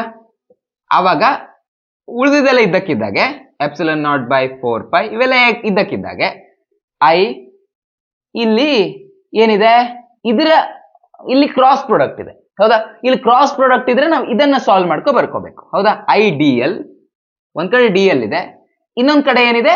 ಆರ್ ಕ್ಯಾಪ್ ಇದೆ. ಆರ್ ಕ್ಯಾಪ್ ಇದೆ ಅಂದ್ರೆ ಏನರ್ಥ? ಅದು ಯೂನಿಟ್ ವೆಕ್ಟರ್ ಅಂತ ಅರ್ಥ, ಹೌದಾ? ಯೂನಿಟ್ ವೆಕ್ಟರ್ ನ ವ್ಯಾಲ್ಯೂ 1 ಇರುತ್ತೆ. ಸೊ ಇದನ್ನ ಬರ್ಕೊಂಡೆ, ಕ್ರಾಸ್ ಪ್ರಾಡಕ್ಟ್ ನಲ್ಲಿರೋ ಎರಡನ್ನು ಬರ್ಕೊಂಡೆ. ಇವಾಗ ಏನ್ ಬರಿಬೇಕು? ಸೈನ್ ಥೀಟಾ, ಕ್ರಾಸ್ ಪ್ರಾಡಕ್ಟ್ ಇದೆಯಲ್ವಾ, ಹೀಗಾಗಿ sine theta divided by R square ಅಂತ ಬರಿದೆ. ಈ 1 ಅನ್ನ ಮಲ್ಟಿಪ್ಲೈ ಮಾಡಿದ್ದೇವೆ. ಸೊ ಈ 1 ಅನ್ನ ಬರೆದ್ರು ಅಷ್ಟೇ, ಬರಿದೇ ಇದ್ರು ಅಷ್ಟೇ. ಹೀಗೆ ಇರ್ಲಿ ಇದು, ಓಕೆನಾ? ಸೊ ನಮ್ಮ ಒಟ್ಟಾರೆ ನಮ್ಮ ಮ್ಯಾಗ್ನಿಟ್ಯೂಡ್ಗೆ ಫಾರ್ಮುಲಾ ಹೇಗಿರುತ್ತೆ? ಈ ರೀತಿಯಾಗಿರುತ್ತೆ, μ0/4π into I D L sine theta divided by R square. Clear ಅಲ್ಲ? Magnetic field on the axis of a current carrying loop. ಒಂದು ಲೂಪ್ ಇರುತ್ತೆ, ಒಂದು ಸರ್ಕ್ಯುಲರ್ ಲೂಪ್ ಇರುತ್ತೆ. ಈ ಲೂಪ್ ಒಳಗಡೆ ಕರೆಂಟ್ ಕ್ಯಾರಿ ಆಗ್ತಾ ಇರುತ್ತೆ. ಓಕೆ, ಈ ಲೂಪ್ ಒಳಗಡೆ ಏನಿರುತ್ತೆ? ಕರೆಂಟ್ ಇರುತ್ತೆ, ಸರಿನಾ? ಈಗ ನಾವಿಲ್ಲಿ ಬಯೋ ಸಾವರ್ಟ್ ಲಾನ ಅಪ್ಲೈ ಮಾಡಬೇಕು ಅಂದ್ರೆ ನಾವೇನ್ ತಗೋಬೇಕು? ಒಂದು ಚಿಕ್ಕ ಕರೆಂಟ್ ಎಲಿಮೆಂಟ್ ಅನ್ನ ತಗೋಬೇಕು. ಸೊ ಆ ಕರೆಂಟ್ ಎಲಿಮೆಂಟ್ ನಾನು ಇಲ್ಲಿ ಟಾಪ್ ಅಲ್ಲಿ ತಗೋತೀನಿ, ಓಕೆನಾ? ಈ ಪಾರ್ಟ್, ಚಿಕ್ಕ ಪಾರ್ಟ್ ಇದೆಯಲ್ವಾ, ಇಲ್ಲಿ ನಾನು ಕರೆಂಟ್ ಎಲಿಮೆಂಟ್ ನ ತಗೋತೀನಿ, ಓಕೆನಾ? ಈ ಸರ್ಕ್ಯುಲರ್ ಲೂಪ್ ಈ ರೀತಿ ಇದೆ, ನಾನು ಮೇಲ್ಗಡೆಗೆ ಒಂದು ಚಿಕ್ಕ ಪಾರ್ಟ್ ತಗೊಂಡಿದ್ದೇನೆ, ಅಂದ್ರೆ ಇದ್ರ ಡೈರೆಕ್ಷನ್ ಈ ತರ ಇದೆ, ಓಕೆನಾ? ಇದ್ರ ಡೈರೆಕ್ಷನ್ ಈ ತರ ಮುಂದ್ಗಡೆಗಿದೆ, ಸರಿನಾ? So this is D L ಅಂತ ಕನ್ಸಿಡರ್ ಮಾಡ್ತೇನೆ, ಸರಿನಾ? ಈಗ ನನಗೆ ಬೇಕಾಗಿರೋದೆಲ್ಲಿ? ಈ ಆಕ್ಸಿಸ್ ನಲ್ಲಿ ಯಾವ್ದಾದ್ರು ಪಾಯಿಂಟ್ ತಗೊಂಡು, ಈ ಸರ್ಕ್ಯುಲರ್ ಲೂಪ್ ಇದೆಯಲ್ವಾ, ಇದರ ಆಕ್ಸಿಸ್ ನಲ್ಲಿ ಯಾವ್ದಾದ್ರು ಒಂದು ಪಾಯಿಂಟ್ ತಗೋಬೇಕು. ನಾನು ಈ ಪಾಯಿಂಟ್ ನ ಕನ್ಸಿಡರ್ ಮಾಡ್ತೇನೆ. ಈಗ ಈ ಪಾಯಿಂಟ್ ನಲ್ಲಿ ಮ್ಯಾಗ್ನೆಟಿಕ್ ಫೀಲ್ಡ್ ಯಾವ ರೀತಿ ಬರುತ್ತೆ ಅನ್ನೋದನ್ನ ಕಂಡುಹಿಡ್ಕೋಬೇಕು. ಬಯೋ ಸಾವರ್ಟ್ ಲಾ ನಲ್ಲಿ ನಾವ್ ಏನ್ ಮಾಡ್ತಿದ್ವಿ? ನಮ್ದು ಈ ಲೈನ್ ಎಲಿಮೆಂಟ್ ನಿಂದ ಈ ನಾವು ಪಾಯಿಂಟ್ ಇತ್ತಲ್ಲ, ನಮಗೆ ಬೇಕಾಗಿರೋ ಪಾಯಿಂಟ್ಗೆ ಇರುವಂತ ಡಿಸ್ಟೆನ್ಸ್ ಅನ್ನ ಆರ್ ಅಂತ ಕರ್ಕೋತಿದ್ವಿ. ಇಲ್ಲೂ ಹಾಗೆ ಕರ್ಕೊಳ್ಳೋಣ. ಈ ಸರ್ಕ್ಯುಲರ್ ಲೂಪ್ ಇದೆಯಲ್ವಾ, ಇದರ ರೇಡಿಯಸ್ ಅನ್ನ ನಾವು ಕ್ಯಾಪಿಟಲ್ ಆರ್ ಅಂತ ಕರ್ಕೊಳ್ಳುವ, ಹಾಗೆ ಈ ಡಿಸ್ಟೆನ್ಸ್ ಇದೆಯಲ್ವಾ, ಈ ಡಿಸ್ಟೆನ್ಸ್ ಇದನ್ನ ನಾವು ಎಕ್ಸ್ ಅಂತ ಕರ್ಕೊಳ್ಳುವ. ನಮ್ ಅನುಕೂಲ ಆಗ್ಲಿ ಅಂತ ನಾವು ಈ ಪಾಯಿಂಟ್ ಇದೆಯಲ್ವಾ, ಈ ಪಾಯಿಂಟ್ ಅಲ್ಲಿ ಒಂದು ಎಕ್ಸ್ ಆಕ್ಸಿಸ್ ಒಂದು ವೈ ಆಕ್ಸಿಸ್ ಅನ್ನು ಹಾಕೊಂಡ್ಬಿಡೋಣ. ಓಕೆ, ಜಸ್ಟ್ ಇದನ್ನ ವೈ ಆಕ್ಸಿಸ್ ಅಂತ ಕರಿತೀನಿ, ಇದನ್ನ ಎಕ್ಸ್ ಆಕ್ಸಿಸ್ ಅಂತ ಕರಿತೀನಿ, ಸರಿನಾ? ಇದು ಎಕ್ಸ್ ಆಕ್ಸಿಸ್ ನಲ್ಲಿರೋ ಈ ಡಿಸ್ಟೆನ್ಸ್ ಅನ್ನ ನಾವು ಎಕ್ಸ್ ಅಂತ ಕರ್ಕೊಂಡ್ವಿ ಅಷ್ಟೇ, ದಟ್ಸ್ ಆಲ್. ಈಗ ಈ ಡಿರೈವೇಶನ್ ಅನ್ನ ಅರ್ಥ ಮಾಡ್ಕೋಬೇಕು ಅಂದ್ರೆ ನಾವು ಒಂದು ಮುಖ್ಯವಾಗಿರೋ ವಿಷಯನ ತಿಳ್ಕೊಂಡಿರ್ಬೇಕಾಗತ್ತೆ. ಏನಂದ್ರೆ ಈಗ ಇದನ್ನ ವೆಕ್ಟರ್ ಎ ಅಂತ ಕರ್ಕೋತೀನಿ ನಾನು, ಇದನ್ನ ವೆಕ್ಟರ್ ಎ ಅಂತ ಕರ್ಕೋತೇನೆ, ಹಾಗೆ ಇದನ್ನ ವೆಕ್ಟರ್ ಬಿ ಅಂತ ಕರ್ಕೋತೇನೆ, ಓಕೆನಾ? ಈ ಎರಡರ ವೆಕ್ಟರ್ದು ನಾನೀಗ ಕ್ರಾಸ್ ಪ್ರಾಡಕ್ಟ್ ಮಾಡ್ಕೋಬೇಕು. ಏನ್ ಮಾಡ್ಕೋಬೇಕು? ಕ್ರಾಸ್ ಪ್ರಾಡಕ್ಟ್ ನ ತೆಗಿಬೇಕು. ಈ ರೀತಿ ಕ್ರಾಸ್ ಪ್ರಾಡಕ್ಟ್ ತೆಗೆದಾಗ ನಮ್ಮ ಆನ್ಸರ್ ಏನ್ ಬರುತ್ತೋ, ಆನ್ಸರ್ ಸಪೋಸ್ ವೆಕ್ಟರ್ ಸಿ ಬರುತ್ತೆ ಅಂತ ಅನ್ಕೊಳ್ಳೋಣ, ಓಕೆನಾ? ಸಪೋಸ್ ಇದ್ರ ಆನ್ಸರ್ ವೆಕ್ಟರ್ ಸಿ ಬರುತ್ತೆ ಅಂತ ಅನ್ಕೊಳ್ಳೋಣ.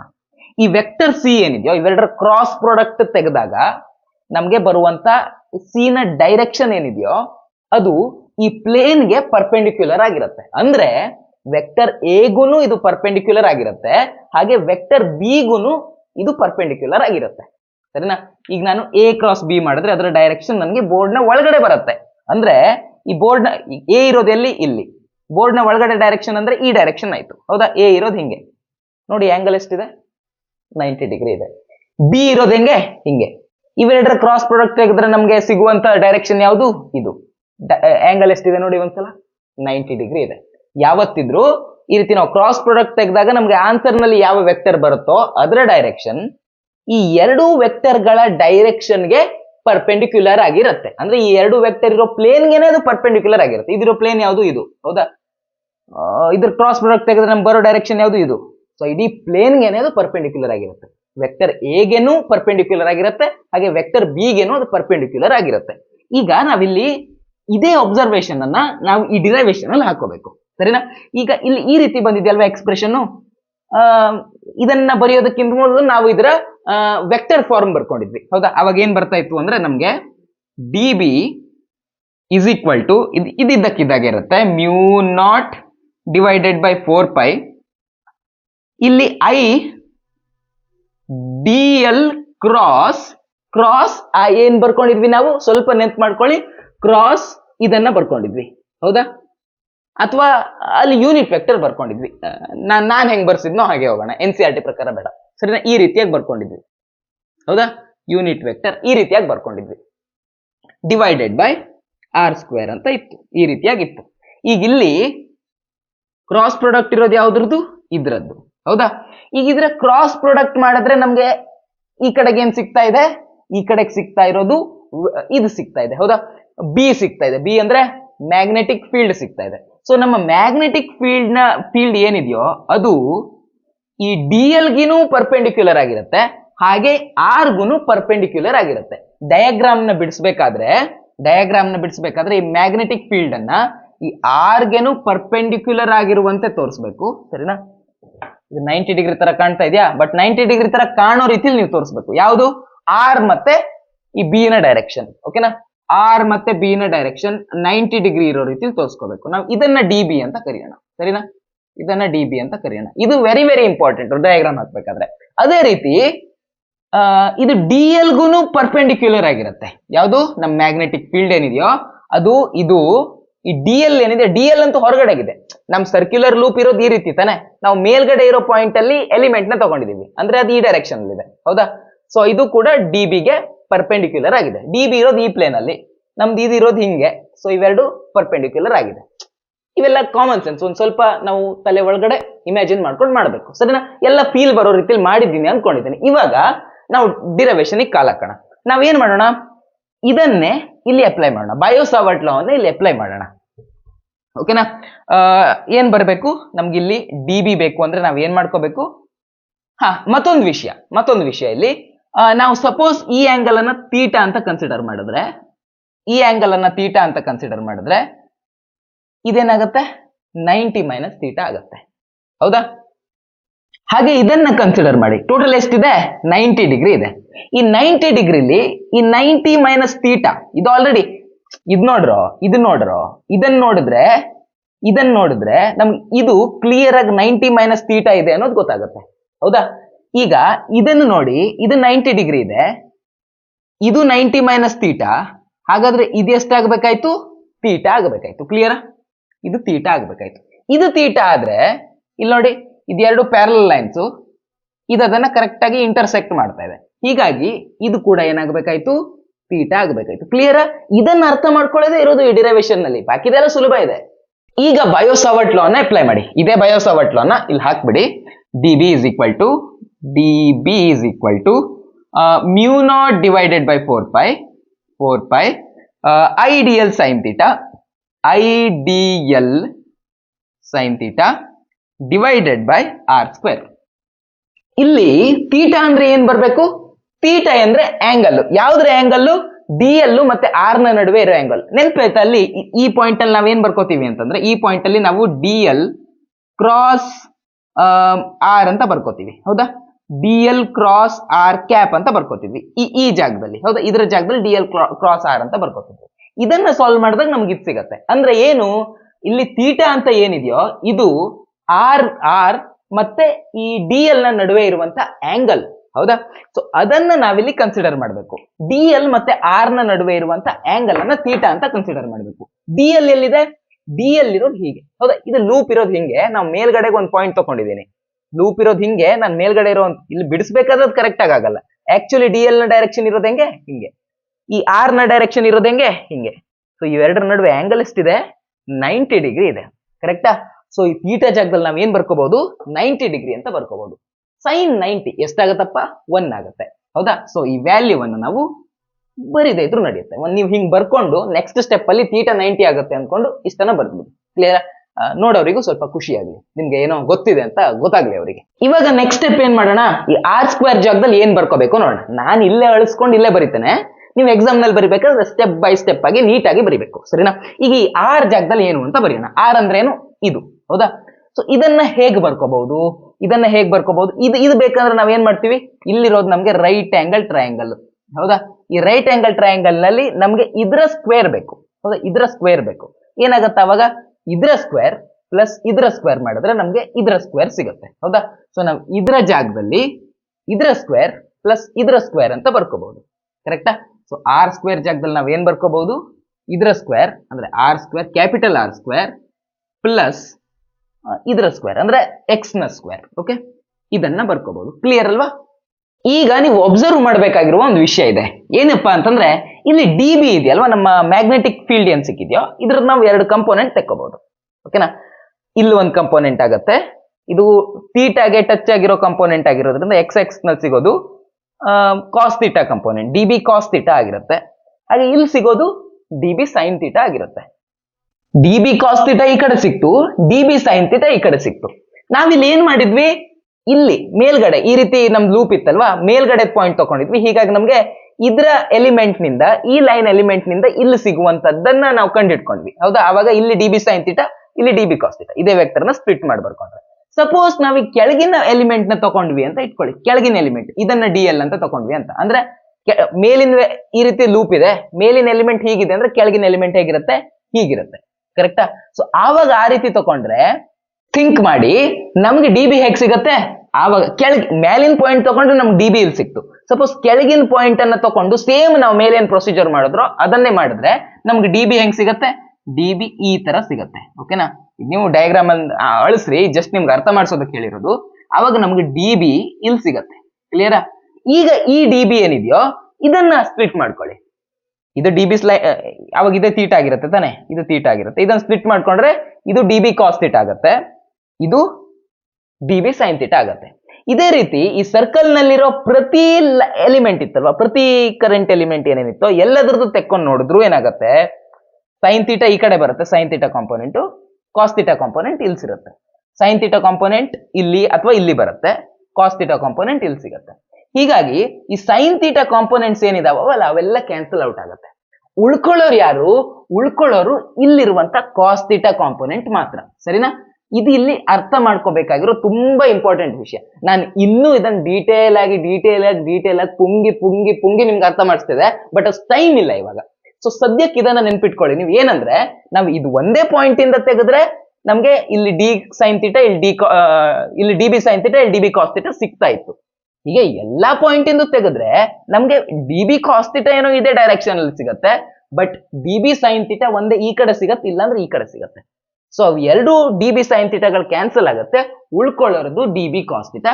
ಹೀಗಾಗಿ ಡಿ ಬಿ ಕಾಸ್ ಥೀಟಾ ಮಾತ್ರ ಉಳ್ಕೊಳ್ಳುತ್ತೆ. ಇದನ್ನ ನೀವು ತಲೆಯಲ್ಲಿ ಇಟ್ಕೊಳ್ಳಿ.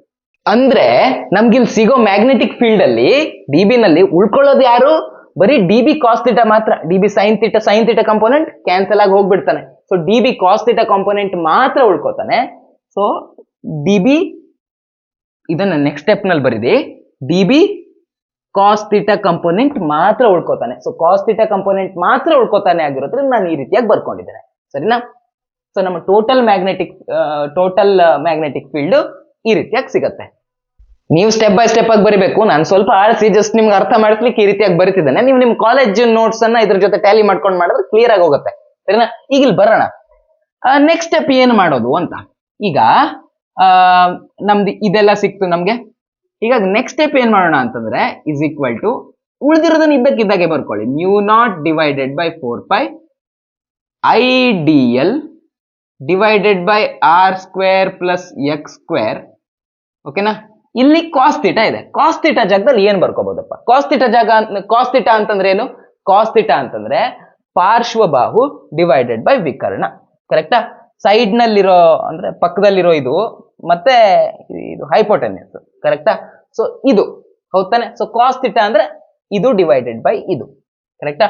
ಸೊ ಕಾಸ್ ಥೀಟಾ ಜಾಗದಲ್ಲಿ ನಾವು ಆರ್ ಅಂದ್ರೆ capital R divided by small R ಅಂತ ಬರ್ಕೋಬಹುದು. Capital R divided by small R ಅಂತ ಬರ್ಕೋಬಹುದು. ಸರಿನಾ? ಈಗ ಇದೇ ಸ್ಮಾಲ್ ಆರ್ ಅನ್ನ ನಾವು ಹೇಗೆ ಬರಿಬಹುದು? ಸ್ಮಾಲ್ ಆರ್ ಅನ್ನ ಬರೆಯೋದು R square is equal to ಏನಾಗಿತ್ತು? ಪೈಥಾಗೋರಸ್ ಥಿಯರಂ ಪ್ರಕಾರ capital R square plus X square ಆಗಿತ್ತು. ಹೌದಾ? Capital R square plus X square ಅಂತ ಆಗಿತ್ತು. ಈಗ ನನ್ಗೆ ಬೇಕಾಗಿರೋದೇನು? Just R. ಹೌದಾ?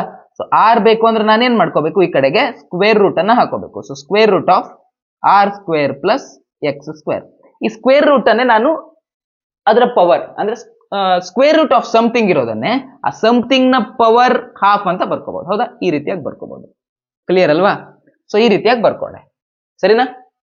ಸೊ ಆರ್ ಜಾಗದಲ್ಲಿ ಇದನ್ನ ಬರ್ಕೋಬಹುದು, R square plus X square ನ ಪವರ್ ಹಾಫ್. ಸೊ ಈ ಜಾಗದಲ್ಲಿ R square plus X square ನ ಪವರ್ ಹಾಫ್ ಅಂತ ಬರಿಬಹುದು. R square plus X square ನ ಪವರ್ ಹಾಫ್ ಅಂತ ಬರ್ಕೋಬಹುದು. ಕ್ಲಿಯರಾ? ಇಲ್ಲಿವರೆಗೆ ಕ್ಲಿಯರಾ? ಈಗ ನನಗೆ ಪೂರ್ತಿ ಮ್ಯಾಗ್ನೆಟಿಕ್ ಫೀಲ್ಡ್ ಬೇಕು. ಇಲ್ಲಿ ಸಿಗುವಂತ ಟೋಟಲ್ ಮ್ಯಾಗ್ನೆಟಿಕ್ ಫೀಲ್ಡ್ ಏನಾಗುತ್ತೆ ಅನ್ನೋದನ್ನ ಬೇಕು, ಹೌದಾ? ಇಲ್ಲಿ ಚಿಕ್ಕ ಮ್ಯಾಗ್ನೆಟಿಕ್ ಫೀಲ್ಡ್ ಸಿಕ್ಕಿದೆ ಅಲ್ಲ, ನಾನೀಗ ಟೋಟಲ್ ಮ್ಯಾಗ್ನೆಟಿಕ್ ಫೀಲ್ಡ್ ಕಂಡುಹಿಡಿಯೋದಕ್ಕೆ ಹೋಗ್ತೇನೆ. ಓಕೆನಾ? ಆವಾಗ ಏನ್ ಬರುತ್ತೆ? ಆವಾಗ ಉಳಿದಿರೋದು ಇದ್ದಕ್ಕಿದ್ದಾಗೆ ಬರ್ಕೊಳ್ಳಿ, ನಾನು ಹೇಳ್ತೀನಿ. Mu naught divided by 4π. ಇಲ್ಲಿ ನೋಡಿ, ನನಗೆ ಆವಾಗ ಚಿಕ್ಕ ಎಲಿಮೆಂಟ್ ತಗೊಂಡಿದ್ದೆ, ಚಿಕ್ಕ ಡಿ ಬಿ ಸಿಕ್ಕಿತ್ತು, ಹೌದಾ? ಈಗ ನಾನು ಏನ್ ಮಾಡ್ಬೇಕು? ಪೂರ್ತಿ ಡಿ ಬಿ ಬೇಕಲ್ವಾ ನನಗೆ, ಹೀಗಾಗಿ ನಾನು ಪೂರ್ತಿ ಎಲಿಮೆಂಟ್ ಅನ್ನು ತಗೋಬೇಕು. ಇದೇ ರೀತಿ ಚಿಕ್ಕ ಚಿಕ್ಕ ಚಿಕ್ಕ ಚಿಕ್ಕ ಚಿಕ್ಕ ಚಿಕ್ಕ ಚಿಕ್ಕ ಚಿಕ್ಕ ಚಿಕ್ಕ ಚಿಕ್ಕ ಎಲಿಮೆಂಟ್ ಗಳನ್ನ ನಾನು ಕೂಡ್ಸ್ಕೊಂತ ಹೋದ್ರೆ ನನ್ಗೆ ಪೂರ್ತಿ ಸರ್ಕಲ್ ಸಿಗುತ್ತೋ ಇಲ್ವೋ? ನನ್ಗ ಪೂರ್ತಿ ಸರ್ಕಲ್ ಸಿಗತ್ತೆ, ಹೌದಾ? ಸೊ ಈ ರೀತಿ ನಾ ಎಲ್ಲ ಡಿ ಎಲ್ ಗಳನ್ನ ಕೂಡ್ಸ್ಕೊಂತ ಹೋದ್ರೆ ನನಗೆ ಪೂರ್ತಿ ಸರ್ಕಲ್ ಸಿಗತ್ತೆ. ಅವಾಗ ನಮಗೆ ಪೂರ್ತಿ ಮ್ಯಾಗ್ನೆಟಿಕ್ ಫೀಲ್ಡ್ ಸಿಗುತ್ತಾನೆ. ಸೊ ಪೂರ್ತಿ ಸರ್ಕಲ್ ಸಿಗತ್ತೆ ಅಂದ್ರೆ ನನಗೆ 2πr ಸಿಗತ್ತೆ, ಹೌದಾ? ಸೊ ಇಲ್ಲಿ ಆರ್ ಜಾಗದಲ್ಲಿ ಕ್ಯಾಪಿಟಲ್ ಆರ್ ಇದೆ, ರೇಡಿಯಸ್ ಕ್ಯಾಪಿಟಲ್ ಆರ್ ಇದೆ, ಹೌದಾ? ಸೊ ಐ 2πr ಅಂತ ಬರ್ಕೋಬಹುದು, ಹೌದಾ? ಈ ಡಿ ಎಲ್ ಗಳನ್ನೆಲ್ಲ ಸೇರಿಸಿದ್ರೆ ನಮಗೆ 2πr ಸಿಗುತ್ತೆ. ಇಂಟು ಆರ್ ಇದೆ, ಸೊ ನಾನು ಇಲ್ಲಿ 2πr ಆಯ್ತು, ಇಲ್ಲಿ ಇಂಟು ಆರ್ ಆಲ್ರೆಡಿ ಇದೆ, ಸೊ ನಾನು ಇಲ್ಲಿ ಆರ್ ಸ್ಕ್ವೇರ್ ಅಂತ ಬರ್ಕೋತೇನೆ. ಕ್ಲಿಯರ್ ಅಲ್ವಾ? ಇಲ್ಲೇನು ಡೌಟ್ ಇಲ್ಲ ತಾನೆ? ಸೊ ಕೆಳಗಡೆಗೆ ಏನಾಗುತ್ತೆ? ಕೆಳಗಡೆಗೆ ಸಿಂಪಲ್ ಮ್ಯಾಥ್ಸ್ ಗುರು. ಇಲ್ಲಿ ಇದರ ಪವರ್ 1 ಇದೆ, ಇಲ್ಲಿ ಇದರ ಪವರ್ ಹಾಫ್ ಇದೆ. ಸೊ ಈ ರೀತಿ ಇದ್ದಾಗ ನೀವು ಏನ್ ಮಾಡ್ತೀರಾ? ಈ ರೀತಿ ಇದ್ದಾಗ ನೀವು ಪವರ್ ಗಳನ್ನ ಆಡ್ ಮಾಡ್ಕೋತೀರಾ, ಹೌದಾ? ಇದರ ಪವರ್ 1.5 ಆಗತ್ತೆ. 1.5 ಅಂದ್ರೆ ಈ ರೀತಿ 1.5 ಆಗುತ್ತೆ. ಸೊ 1.5 ಅನ್ನೇ ನಾವು 3/2 ಅಂತ ಬರ್ಕೋಬಹುದು, ಹೌದಾ? ಇದು 1 ಇದೆ, ಇದು ಹಾಫ್ ಇದೆ, ಎರಡು ಸೇರಿಸಿದ್ರೆ ಪವರ್ 1.5 ಆಗುತ್ತೆ. 1.5 ಅನ್ನೇ ನಾವು 3/2 ಅಂತ ಬರ್ಕೋಬಹುದು ಅಲ್ವಾ? ಸೊ ನಾವು ಇದರ ಪವರ್ 3/2 ಅಂತ ಬರ್ಕೋಬಹುದು. R square plus X square, ಇದರ ಪವರ್ 3/2. ಇಲ್ಲೊಂದು ಪೈ ಇದೆ, ಇಲ್ಲೊಂದು ಪೈ ಇದೆ, ಕ್ಯಾನ್ಸಲ್ ಮಾಡ್ಬೋದು. ಇಲ್ಲಿ 2 1 2, ಇಲ್ಲಿ 2 2 4 ಅಂತ ಬರಿಬಹುದು. ಕ್ಲಿಯರಾ? ಸೊ ಇದನ್ನೇ ಸ್ವಲ್ಪ ಚಂದ ಮಾಡಿ ಬರೆಯೋದಾದ್ರೆ B is equal to magnetic field is equal to mu naught by 2. ಇಲ್ಲಿ ಏನು ಉಳ್ಕೊಂಡಿತ್ತು? ಐ ಆರ್ ಸ್ಕ್ವೇರ್ ಉಳ್ಕೊಂಡಿದೆ ಅಲ್ವಾ? I R square divided by R square plus X square, R square plus X square, ಇದರ ಪವರ್ 3/2. ಇದು ನಮ್ಮ derivation. ನಿಮ್ಗೆಲ್ಲ ಏನಾಗಿತ್ತು ಅಂತಂದ್ರೆ 5 ಮಾರ್ಕ್ ಡಿರೈವೇಶನ್, ನಾನು ಎಲ್ಲಾ ಸ್ಟೆಪ್ ಅನ್ನು ಅಲ್ಲಿ ಕಂಜೂಸ್ ಮಾಡಿ ಬರ್ತೆ, ಹೌದಾ? ಇರೋದನ್ನೇ ಅಲ್ಲೇ ರಬ್ ಮಾಡಿ ಅಲ್ಲೇ ಬರ್ದು, ಅಲ್ಲೇ ರಬ್ ಮಾಡಿ ಅಲ್ಲೇ ಬರ್ದು, ಇಲ್ಲಿ 4 ಸ್ಟೆಪ್ ಕಾಣ್ತಾ ಇದೆ. ಬಟ್ ನೀವಲ್ಲಿ ಸ್ಟೆಪ್ ಬೈ ಸ್ಟೆಪ್ ಬರ್ದಾಗ 5 ಮಾರ್ಕಿಂದ ಒಂದು ದೊಡ್ಡ ಆನ್ಸರ್ ತರ ಕಾಣುತ್ತದೆ. ಕ್ಲಿಯರಾ? ಈಗ ಸಪೋಸ್ ನಮ್ದು ಕಾಯಿಲ್ ಇತ್ತಲ್ವಾ, ಇಲ್ಲಿ ಸರ್ಕ್ಯುಲರ್ ಲೂಪ್ ಏನಿತ್ತಲ್ವಾ, ಇದರಲ್ಲಿ ನಾವು ಎನ್ ಟರ್ನ್ಸ್ ಇತ್ತು ಅಂತ ಇಟ್ಕೊಳ್ಳಿ. ಅಂದ್ರೆ ಒಂದು ವೈರ್ ತಗೊಂಡು ಒಂದೇ ಸಲ ಸುತ್ತದೆ, ಒಂದು ಟರ್ನ್ ಆಯ್ತು.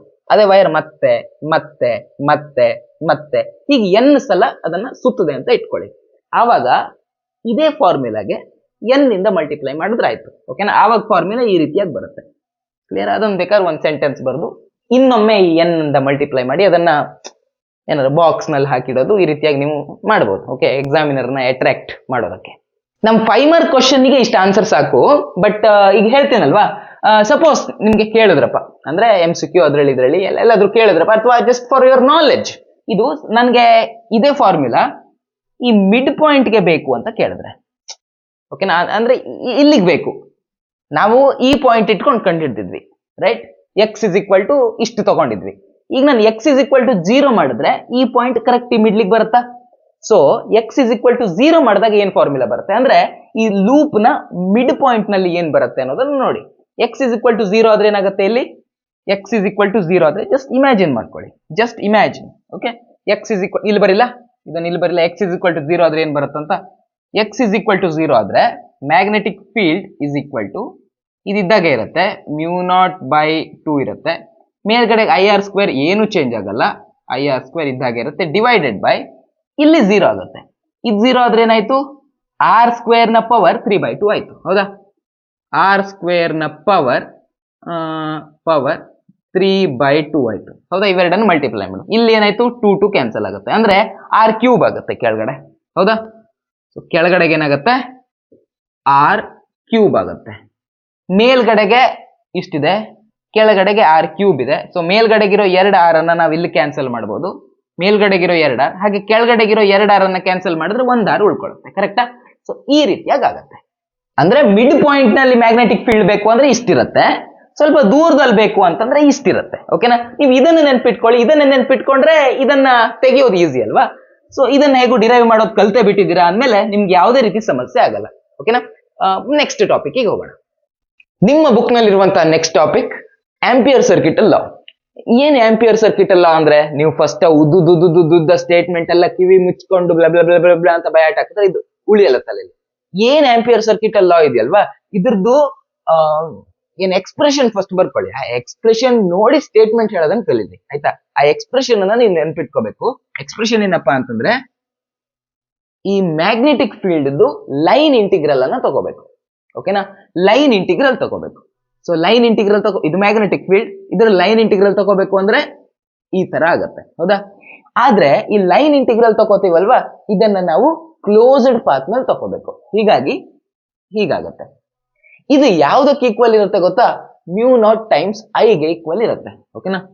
ಇದು ಈಕ್ವಲ್ ಇರೋದು μ0 ಟೈಮ್ಸ್ ಐಗೆ ಈಕ್ವಲ್ ಇರುತ್ತೆ. ಇವಾಗ ಇದನ್ನ ನೋಡಿ ನೀವು ಸ್ಟೇಟ್ಮೆಂಟ್ ಹೇಳ್ಬೇಕು. ಹೇಗೆ ಹೇಳ್ತೀರಾ? ಇದೇನು ಮ್ಯಾಗ್ನೆಟಿಕ್ ಫೀಲ್ಡ್, ಇದೇನು ಲೈನ್ ಇಂಟಿಗ್ರಲ್ ಅನ್ನು ಸೂಚಿಸುತ್ತೆ, ಹೌದಾ? So line integral of magnetic field over a closed surface is equal to μ0 times of current. ಹೌದಾ? μ0 ಟೈಮ್ಸ್ ಆಫ್ ಕರೆಂಟ್. ಇದು ಯಾವ ಕರೆಂಟು? ಈ ಕ್ಲೋಸ್ಡ್ ಪಾತ್ ನ ಒಳಗಡೆಗಿರುವಂತಹ ಕರೆಂಟ್. ಓಕೆನಾ? ಈಗ ಈ ಡೈರೆಕ್ಷನ್ ಅಲ್ಲಿ ಕರೆಂಟ್ ಇದೆ ಅಂತ ಇಟ್ಕೊಳ್ಳಿ. ಆಂಪಿಯರ್ ಸರ್ಕ್ಯೂಟ್ ಅಲ್ಲ ಯಾವಾಗ ಹಾಕ್ಬೇಕು ಅಂತ ಹೇಳ್ತೀನಿ. ಈ ಕರೆಂಟ್ ಇದೆ ಅಂತ ಇಟ್ಕೊಳ್ಳಿ. ಓಕೆನಾ? ಹಿಂಗೆ ಸುಮಾರು ಕರೆಂಟ್ ಇದೆ, ಇಲ್ಲಿ ಸುಮಾರು ಕರೆಂಟ್ ಹರಿತಾ ಇದೆ. ನೀವ್ ಇವಾಗ ಏನ್ ಮಾಡ್ಕೋಬೇಕು ಅಂದ್ರೆ, ಆ ಕರೆಂಟ್ ನ ಸುತ್ತ ಒಂದು ಕ್ಲೋಸ್ಡ್ ಲೂಪ್ ಅನ್ನ ಇಮ್ಯಾಜಿನ್ ಮಾಡ್ಕೋಬೇಕು, ಒಂದು ಕ್ಲೋಸ್ಡ್ ಪಾತ್ ಅನ್ನ ಇಮ್ಯಾಜಿನ್ ಮಾಡ್ಕೋಬೇಕು. ಓಕೆ? ಈ ಕ್ಲೋಸ್ಡ್ ಪಾತ್ ನ ಒಳಗಡೆಯಿಂದ ಕರೆಂಟ್ ಹೋಗ್ತಿದ್ರೆ ಆವಾಗ ಇದನ್ನ ಹಾಕ್ಬಹುದು. ಇದು ಕ್ಲೋಸ್ಡ್ ಪಾತ್, ಇದು ಕರೆಂಟ್ ಅಂದ್ರೆ ಇವಾಗ ಕರೆಂಟ್ ಅನ್ನ ಹಾಕ್ಬಹುದು. ಸರಿನಾ? ಸೊ ಈ ಕರೆಂಟ್ ಅಂದ್ರೆ ಏನು? ಈ ಕ್ಲೋಸ್ಡ್ ಪಾತ್ ನ ಒಳಗಡೆ ಅಂದ್ರೆ ಇದೇನ್ ಸರ್ಫೇಸ್ ಕ್ರಿಯೇಟ್ ಮಾಡ್ತಿದೆ, ಇದ್ರ ಒಳಗಡೆಯಿಂದ ಹೋಗುವಂತಹ ಕರೆಂಟ್. ಓಕೆನಾ? ಸೊ ಇದನ್ನ ಹೇಳ್ಬೇಕು. ಮತ್ತೊಂದ್ಸಲ ಹೇಳ ಇದು ಹೆಂಗ್ ಹೇಳೋದಂತ. ಮ್ಯಾಗ್ನೆಟಿಕ್ ಫೀಲ್ಡ್ ಇಂದು ನಾವೇನ್ ತಗೋಬೇಕು? ಲೈನ್ ಇಂಟಿಗ್ರಲ್ ತಗೋಬೇಕು. Line integral of magnetic field over a closed path is always equal to μ0 times of current enclosed by that path. ಸರಿನಾ? ಇವಾಗ ಇದೇ ಆಂಪಿಯರ್ ಸರ್ಕ್ಯೂಟ್ ಲಾ ಅನ್ನ ಯೂಸ್ ಮಾಡ್ಕೊಂಡು ನಾವು ಒಂದು ಡಿರೈವೇಶನ್ ಮಾಡ್ತೀವಿ.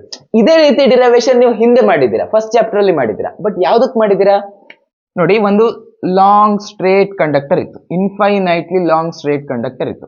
ಅಲ್ಲಿ ಏನ್ ಮಾಡಿದ್ರಿ? ಗಾಸ್ ಲಾ ಅನ್ನ ಹಾಕೊಂಡು ಈ ಯಾವ್ದಾದ್ರು ಒಂದು ಪಾಯಿಂಟ್ ತಗೊಂಡು ಈ ಪಾಯಿಂಟ್ ನಲ್ಲಿ ಬರುವಂತ ಇಲೆಕ್ಟ್ರಿಕ್ ಫೀಲ್ಡ್ ಎಷ್ಟು ಅನ್ನೋದನ್ನ ಕ್ಯಾಲ್ಕುಲೇಟ್ ಮಾಡಿದ್ರಿ, ಹೌದಾ? ಒಂದೇ ಚಾಪ್ಟರ್ ನೋಡ್ಕೊ ಬನ್ನಿ, ಬೇಕು ನೋಡ್ಲಿಲ್ಲ ಅಂದ್ರೆ ನೋಡ್ಕೊ ಬರ್ಬೋದು. ಸರಿನಾ? ಈ ರೀತಿ ಮಾಡಿದ್ರಿ. ಇವಾಗ ಏನ್ ಮಾಡ್ತಾ ಇದ್ದೀರಾ? ಅದೇ ಲಾಂಗ್ ಸ್ಟ್ರೇಟ್ ಕಂಡಕ್ಟರ್ ಇದೆ, ಓಕೆನಾ? ಅದ್ರೊಳಗಡೆ ಕರೆಂಟ್ ಹರಿತಾ ಇದೆ. ಅಲ್ಲಿ ಸ್ಟ್ಯಾಟಿಕ್ ಚಾರ್ಜ್ ಇತ್ತು, ಬಟ್ ಇಲ್ಲಿ ಹರಿತಾ ಇದೆ ಕರೆಂಟ್. ಓಕೆ? ಕರೆಂಟ್ ಮೂವ್ ಆಗ್ತಾ ಇದೆ. ಇಲ್ಲಿ ಇನ್ಫೈನೈಟ್ಲಿ ಲಾಂಗ್ ಕಂಡಕ್ಟರ್ ಇದೆ. ಇವಾಗ ಏನ್ ಮಾಡ್ತೀರಾ? ಇದ್ರ ಪಕ್ಕದಲ್ಲಿರೋ ಯಾವ್ದಾದ್ರು ಒಂದು ಪಾಯಿಂಟ್ ಆರಿಸ್ಕೋತೀರಾ. ಇಲ್ಲಿ ಮ್ಯಾಗ್ನೆಟಿಕ್ ಫೀಲ್ಡ್ ಎಷ್ಟಿದೆ ಅನ್ನೋದನ್ನ ಹೇಳ್ತೀರಾ. ಸೊ ಇಲ್ಲಿ ಮ್ಯಾಗ್ನೆಟಿಕ್ ಫೀಲ್ಡ್ ಎಷ್ಟಿದೆ ಅಂತ ಹೇಳೋದಕ್ಕೆ ಈ ಲಾ ಅನ್ನ ಹಾಕೋತೀರಾ. ಓಕೆ? ಆಂಪಿಯರ್ ಸರ್ಕ್ಯೂಟ್ ಲಾ ಅನ್ನ ಹಾಕೋತೀರಾ. ಆಂಪಿಯರ್ ಸರ್ಕ್ಯೂಟ್ ಲಾ ಹಾಕ್ಬೇಕು ಅಂದ್ರೆ ಏನ್ ಮಾಡ್ಬೇಕು? ನಾವು ಒಂದು ಕ್ಲೋಸ್ಡ್ ಪಾತ್ ನ ಕನ್ಸಿಡರ್ ಮಾಡ್ಬೇಕು, ಹೌದಾ? ಸೊ ನಾ ಏನ್ ಮಾಡ್ತೇನೆ? ಒಂದು ಕ್ಲೋಸ್ಡ್ ಪಾತ್ ಅನ್ನ ಕನ್ಸಿಡರ್ ಮಾಡ್ತೇನೆ. ಓಕೆ? ಒಂದು ಸರ್ಕಲ್ ಇದೆ, ಅದ್ರ ಸುತ್ತ ಒಂದು ಸರ್ಕ್ಯುಲರ್ ಪಾತ್ ಅನ್ನ ಕನ್ಸಿಡರ್ ಮಾಡಿದ್ದೇನೆ. ಈಗ ನನಗೆ ಈ ಪಾಯಿಂಟ್ ಅಲ್ಲಿ ಮ್ಯಾಗ್ನೆಟಿಕ್ ಫೀಲ್ಡ್ ಬೇಕು ತಾನೆ? ಸೊ ಈ ಪಾಯಿಂಟ್ ಅಲ್ಲಿ ನಾನು ಒಂದು ಲೈನ್ ಎಲಿಮೆಂಟ್ ಕನ್ಸಿಡರ್ ಮಾಡ್ತೇನೆ. ಇಲ್ಲಿ ಬೇಕಲ್ವಾ? ಆಂಪಿಯರ್ ಸರ್ಕ್ಯೂಟ್ ಅಲ್ಲಿ ಹಾಕ್ಲಿಕ್ಕೆ ನಮಗೆ ಡಿ ಎಲ್ ಬೇಕಲ್ವಾ? ಅಂದ್ರೆ ಒಂದು ಲೈನ್ ಎಲಿಮೆಂಟ್ ಬೇಕು. ಈ ಸರ್ಕಲ್ದು ಒಂದು ಲೈನ್ ಎಲಿಮೆಂಟ್ ನ ಕನ್ಸಿಡರ್ ಮಾಡ್ತೇನೆ.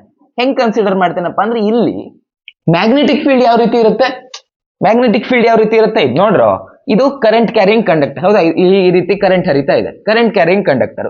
ಇದ್ರ ಸುತ್ತ ಮ್ಯಾಗ್ನೆಟಿಕ್ ಫೀಲ್ಡ್ ಕಂಡುಹಿಡಿಯಬೇಕಂದ್ರೆ ರೈಟ್ ಹ್ಯಾಂಡ್ ಥಂಬ್ ರೂಲ್ ಅನ್ನ ಅಪ್ಲೈ ಮಾಡ್ತೀರಾ. ಸೊ ಇಲ್ಲಿ ಈ ರೀತಿ ಅಪ್ಲೈ ಮಾಡಿ ಹೀಗೆ ತಗೊಳ್ಳಿ. ಈ ಪಾಯಿಂಟ್ ಇಂದ ಮ್ಯಾಗ್ನೆಟಿಕ್ ಫೀಲ್ಡ್ ಲೈನ್ಸ್ ಹೊರಗಡೆ ಬರುತ್ತೆ.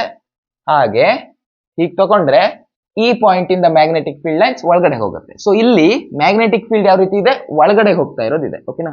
ಇದು ಒಳಗಡೆ, ಮೇಲ್ಗಡೆ ಅಲ್ಲ. ಆಕ್ಚುಲಿ ಮೇಲ್ಗಡೆ ಬಿಡ್ಸಕ್ಕಾಗಲ್ಲ ಅಲ್ವಾ? ಸೊ ಇದು ಹೋಗ್ತಾ ಇರೋದು ಒಳಗಡೆ. ಇಮ್ಯಾಜಿನ್ ಮಾಡ್ಕೊಳ್ಳಿ ಕರೆಕ್ಟ್ ಆಗಿ. ಸೊ ಇದು ಒಳಗಡೆ ಹೋಗ್ತಾ ಇದೆ, ಮ್ಯಾಗ್ನೆಟಿಕ್ ಫೀಲ್ಡ್ ಒಳಗಡೆ ಹೋಗ್ತಾ ಇದೆ. ಈಗ ನಾನು ಇದ್ರ ಡೈರೆಕ್ಷನ್ ಹೆಂಗ್ ತಗೋತೀನಿ ಅಂದ್ರೆ, ಈಗ ನಾವು ಲೈನ್ ಎಲಿಮೆಂಟ್ ಕನ್ಸಿಡರ್ ಮಾಡ್ಬೇಕಲ್ವಾ? ಅಂದ್ರೆ ಅದಕ್ಕೂ ನಾವು ಡೈರೆಕ್ಷನ್ ತಗೋಬೇಕು. ಓಕೆನಾ? ಇದು ಬಿ ಡಿ ಎಲ್ ಅಲ್ಲ, ಇದು actually B dot D L. Okay, dot product ಇಲ್ಲಿ. ಓಕೆನಾ, ಡಾಟ್ ಪ್ರಾಡಕ್ಟ್ ಹಾಕೋದನ್ನು ಮರಿಬೇಡಿ, ಡಾಟ್ ಪ್ರಾಡಕ್ಟ್ ಇಲ್ಲಿ. ಇದು ವೆಕ್ಟರ್, ಹಾಗೆ ಇದು ವೆಕ್ಟರ್. ಓಕೆನಾ, ಇದು ಡಾಟ್ ಪ್ರಾಡಕ್ಟ್. ಅದ್ ಬಿಡಿ, ಇವಾಗ ಇಲ್ಲಿ ಬರೋಣ, ವಿಷಯಕ್ಕೆ ಬರೋಣ. ಎಲ್ಲಿದ್ದೆ ನಾನು? ಇದ್ರ ಡೈರೆಕ್ಷನ್ ಯಾವುದು? ನಮ್ಮ ಲೂಪ್ ನ ಡೈರೆಕ್ಷನ್ ಅಥವಾ ನಾವು ಕನ್ಸಿಡರ್ ಮಾಡಿರುವಂತ ಪಾತ್ ನ ಡೈರೆಕ್ಷನ್ ಈ ತರ ಇದೆ ಅಂತ ಇಟ್ಕೊಳ್ಳಿ. ಹೀಗಾಗಿ ಸಾರಿ, ಈ ತರ ಇದೆ ಅಂತ ಇಟ್ಕೊಳ್ಳಿ, ಹೀಗಿದೆ. ಓಕೆನಾ, ಹೀಗಾಗಿ ಈ ಪಾಯಿಂಟ್ ಅಲ್ಲಿ ಒಂದು ಚಿಕ್ಕ ಎಲಿಮೆಂಟ್ ಕನ್ಸಿಡರ್ ಮಾಡಿದ್ರೆ ಅದ್ರ ಡೈರೆಕ್ಷನ್ ಹೆಂಗಿರುತ್ತೆ? ಸೇಮ್ ಬಿ ಯಾವ ಡೈರೆಕ್ಷನ್ ಇರುತ್ತೋ ಅದೇ ಡೈರೆಕ್ಷನ್ ಇರುತ್ತೆ. ಕರೆಕ್ಟಾ? ಬಿ ಮತ್ತೆ ಡಿ ಎಲ್ ನ ಡೈರೆಕ್ಷನ್ ಸೇಮ್ ಇರುತ್ತೆ ಇಲ್ಲಿ. ಇವಾಗ ಈ ಪಾಯಿಂಟ್ ಅಲ್ಲಿ ಆಂಪಿಯರ್ ಸರ್ಕ್ಯೂಟ್ ಅಲ್ಲಿ ಹಾಕೊಂಡ್ರೆ ಏನಾಗುತ್ತೆ? ಈ ರೀತಿಯಾಗಿ ಆಗುತ್ತೆ. ಹೌದಾ?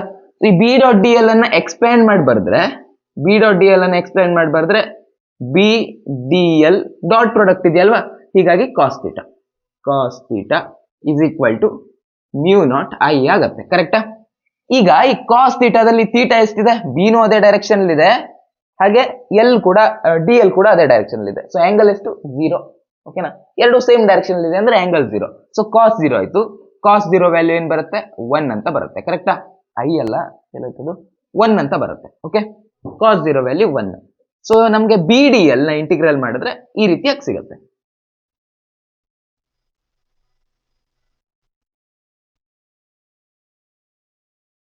ಇದನ್ ಬೇಕಾದ್ರೆ ಇನ್ನೊಂದ್ಸಲ ಬರ್ಕೋತೇನೆ. Integral of line integral of B D L. Okay, ಇದು ಮಾಡಿದ್ರೆ ಏನ್ ಸಿಗುತ್ತೆ ನಮ್ಗೆ? ಮ್ಯೂ ನಾಟ್ ಐ ಸಿಗುತ್ತೆ. ಓಕೆನಾ, ಮ್ಯೂ ನಾಟ್ ಐ ಸಿಗುತ್ತೆ. ಏನಿಲ್ರೋ, ಇಲ್ಲಿ ಕಾಸ್ ಥೀಟಾ ವ್ಯಾಲ್ಯೂ 1 ಬರ್ತದಲ್ವಾ, ಹೀಗಾಗಿ ಅದನ್ನ ಬರೀಲಿಲ್ಲ, ಅದನ್ನ ಬರೀದೆ ಬಾಕಿ ಬರ್ಕೊಂಡೆ ಅಷ್ಟೇ. ಇವಾಗ ಈ ಬಿ ಡಿ ಎಲ್ ಅಂದ್ರೆ ಏನು ಅಂತ ಒಂದ್ ಸ್ವಲ್ಪ ಡೀಟೇಲ್ ಆಗಿ ನೋಡೋಣ. ಈಗ ಇಲ್ಲಿ ನೋಡಿ, ಈ ವೈರ್ ಅಲ್ಲಿ ಹರಿತಾ ಇರುವಂತ ಕರೆಂಟ್ ಏನಾದ್ರೂ ಚೇಂಜ್ ಆಗ್ತದೆ ಇಲ್ಲ? ಸ್ಟಡಿ ಕರೆಂಟ್ ಇದೆ, ಕರೆಂಟ್ ಕಾನ್ಸ್ಟೆಂಟ್ ಇದೆ. ಸೊ ಕರೆಂಟ್ ಕಾನ್ಸ್ಟೆಂಟ್ ಇರೋದ್ರಿಂದ ಇದ್ರ ಪಕ್ಕದಲ್ಲಿ ಈ ಪಾಯಿಂಟ್ ಕನ್ಸಿಡರ್ ಮಾಡಿದೀವಲ್ವಾ, ಇದ್ರಲ್ಲಿರುವಂತ ಮ್ಯಾಗ್ನೆಟಿಕ್ ಫೀಲ್ಡ್ ಕೂಡ ಕಾನ್ಸ್ಟೆಂಟ್ ಆಗಿರುತ್ತೆ. ಸೊ ಇಲ್ಲಿ ಇಂಟಿಗ್ರೇಷನ್ ಮಾಡ್ಬೇಕಾದ್ರೆ ಈ ಬಿ ಅನ್ನ ಹೊರಗಡೆ ತೆಕ್ಕೊಂಡು ನಾವು ಇಂಟಿಗ್ರೇಷನ್ ಮಾಡ್ಕೋಬಹುದು. ಹೌದಾ? ಬಿ ಅನ್ನು ಹೊರಗಡೆ ತೆಕ್ಕೊಂಡು ಇಂಟಿಗ್ರೇಷನ್ ಮಾಡ್ಕೋಬಹುದು, ಅವಾಗ ಈ ರೀತಿಯಾಗಿ ಆಗುತ್ತೆ. ಕರೆಕ್ಟಾ? ಬಾಕಿ ಇದೆಲ್ಲ ಇದ್ದಕ್ಕಿದ್ದಂಗೆ, ಡೋಂಟ್ ವರಿ.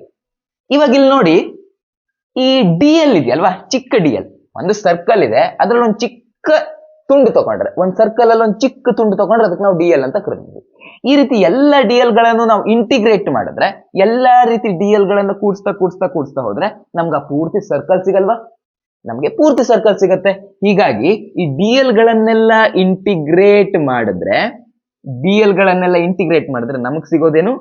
ಸಪೋಸ್ ಇದರ ರೇಡಿಯಸ್ ಅನ್ನ ನಾವು ಆರ್ ಅಂತ ಕರ್ಕೊಳ್ಳೋಣ. ಓಕೆ, ಈ ನಮ್ದೇನು ಸರ್ಕ್ಯುಲರ್ ಪಾತ್ ಇತ್ತೋ ಇದರ ರೇಡಿಯಸ್ ಅನ್ನ ನಾವು ಆರ್ ಅಂತ ಕರ್ಕೊಳ್ವಾ. ಈಗ ಇದೇನಾಗುತ್ತೆ? ಈ ಡಿಸ್ಟೆನ್ಸ್ ಕೂಡ ಆರೇ ಇತ್ತಲ್ವಾ ನಮ್ದು, ಈ ಡಿಸ್ಟೆನ್ಸ್ ಕೂಡ ಆರ್, ಈ ರೇಡಿಯಸ್ 6.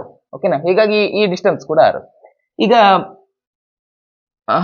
ಬಿ ಡಿ ಎಲ್ ಈ ರೀತಿ ಚಿಕ್ಕ ಎಲಿಮೆಂಟ್ಸ್ ಅನ್ನ ನಾವು ಕೂಡಿಸ್ಕೊಂಡ್ರೆ ಏನ್ ಸಿಗುತ್ತೆ? ನಮ್ಗೆ ಪೂರಾ ಸರ್ಕಲ್ ಸಿಗುತ್ತೆ. ಅಂತಂದ್ರೆ 2πr ಸಿಗುತ್ತೆ. ಸೊ ಇಲ್ಲಿ ಇಂಟಿಗ್ರೇಷನ್ ಆಫ್ ಡಿ ಎಲ್ ಜಾಗದಲ್ಲಿ ನಾವು 2πr ಅಂತ ಬರ್ಕೋಬಹುದು, is equal to mu naught I. ಇದೇ ನಮ್ಮ ಫಾರ್ಮುಲಾ. ಬಟ್ ನಮ್ಗೆ ಬೇಕಾಗಿರೋದೇನು? ಕ್ವಶನ್ ಅಲ್ಲಿ ಏನ್ ಕೇಳ್ತಾರೆ ಅಂದ್ರೆ ಮ್ಯಾಗ್ನೆಟಿಕ್ ಫೀಲ್ಡ್ ಅನ್ನು ಕಂಡುಹಿಡಿಯೋಕೆ ಕೇಳ್ತಾರೆ. ಹೀಗಾಗಿ ನಮ್ಗೆ ಮ್ಯಾಗ್ನೆಟಿಕ್ ಫೀಲ್ಡ್ ಬೇಕು ಅಂದ್ರೆ ಬಾಕಿ ಯಾವುದನ್ನ ಆ ಕಡೆ ಓಡಿಸ್ಕೋಬೇಕು. That's all. So B is equal to mu naught I already ಇತ್ತು, 2πr ಅನ್ನು ಇವಾಗ ಇಲ್ಲಿ ಓಡಿಸಿದೀನಿ. ಸೊ 2πr ಅಂತ ಈ ರೀತಿಯಾಗಿ ಆಗುತ್ತೆ. ಕ್ಲಿಯರಾ? ನಿಮ್ಮ ಟೆಕ್ಸ್ಟ್ ಬುಕ್ ನಲ್ಲಿ ಇರುವಂತ ನೆಕ್ಸ್ಟ್ ಟಾಪಿಕ್ ಸೊಲೆನಾಯ್ಡ್. ಸೊಲೆನಾಯ್ಡ್ ಅಂದ್ರೆ ಒಂದು ಪೈಪ್ ತರ ತಗೊಳ್ಳಿ. ನೀವು ಪೈಪ್ ತರ ತಗೊಂಡು ಅದಕ್ಕೆ ಹತ್ತತ್ರ ನೀವು ವೈರ್ ಸುತ್ತಾ ಹೋಗಿ. ಓಕೆ, ವೈರ್ ಸುತ್ತಾ ಹೋಗಿ. ಆಗ ಹತ್ರ ನೀವು ವೈರ್ ಸುತ್ತಿರಲ್ವಾ, ಆ ಸುತ್ತಿರುವಂತ ವೈರ್ಗೆ ಕರೆಂಟ್ ಕೊಡಿ. ಆ ವೈರ್ ಹೆಂಗಿರ್ಬೇಕು? ವೈರ್ ಇನ್ಸುಲೇಟೆಡ್ ವೈರ್ ಆಗಿರ್ಬೇಕು. ಗೊತ್ತಾಯ್ತಾ? ಇನ್ಸುಲೇಟೆಡ್ ವೈರ್ ತಗೊಂಡು ಈ ರೀತಿ ಸುತ್ತಾ ಹೋಗಿ ವೈರಿಗೆ ಬ್ಯಾಟ್ರಿ ಕನೆಕ್ಟ್ ಮಾಡಿ. ಅವಾಗ ಏನಾಗುತ್ತೆ? ನಿಮ್ದು ಪೈಪ್ ಏನಿದೆಯೋ ಅದು ಬಾರ್ ಮ್ಯಾಗ್ನೆಟ್ ತರ ಬಿಹೇವ್ ಮಾಡಕ್ ಸ್ಟಾರ್ಟ್ ಮಾಡುತ್ತೆ. ಸರಿನಾ? ಅಂದ್ರೆ ಆ ಪೈಪ್ ನ ಒಳಗಡೆಗೆ ಸ್ಟ್ರಾಂಗ್ ಮತ್ತೆ ಯೂನಿಫಾರ್ಮ್ ಮ್ಯಾಗ್ನೆಟಿಕ್ ಫೀಲ್ಡ್ ಇರುತ್ತೆ. ಈ ರೀತಿ ಗೊತ್ತಲ್ಲ, 10th ಅಲ್ಲಿ ಕಲ್ತಿದ್ದೀರಾ ಅಲ್ವಾ ಆಲ್ರೆಡಿ. ಸೊ ಒಂದು ಪೈಪ್ ತಗೊಳ್ತೀರಾ, ಈ ರೀತಿ ಪೈಪ್ ತಗೋತೀರಾ, ಏನ್ ಮಾಡ್ತೀರಾ? ವೈರ್ ಸುತ್ತಾ ಹೋಗ್ತೀರಾ, ಟೈಟ್ ಆಗಿ ವೈರ್ ಸುತ್ತಾ ಹೋಗ್ತೀರಾ. ಕರೆಕ್ಟಾ? ಈ ರೀತಿಯಾಗಿ ವೈರ್ ಸುತ್ಕೋತೀರಾ. ಓಕೆ, ವೈರ್ ಅಲ್ಲಿ ಸಪೋಸ್ ಕರೆಂಟ್ ಹೀಗೆ ಹರಿತಾ ಇದೆ ಅಂತ ಇಟ್ಕೊಳ್ಳಿ, ಹಿಂಗೆ ಗೊತ್ತಾ? ಈ ತರ ಕರೆಂಟ್ ಹರಿತಾ ಇದೆ ಅಂತ ಇಟ್ಕೊಳ್ಳಿ.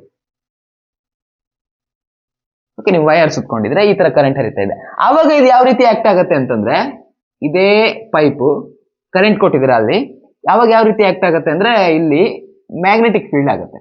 ಒಳಗಡೆಗೆ ಸಿಕ್ಕಾಪಟ್ಟೆ ಸ್ಟ್ರಾಂಗ್ ಮ್ಯಾಗ್ನೆಟಿಕ್ ಫೀಲ್ಡ್ ಈ ತರ.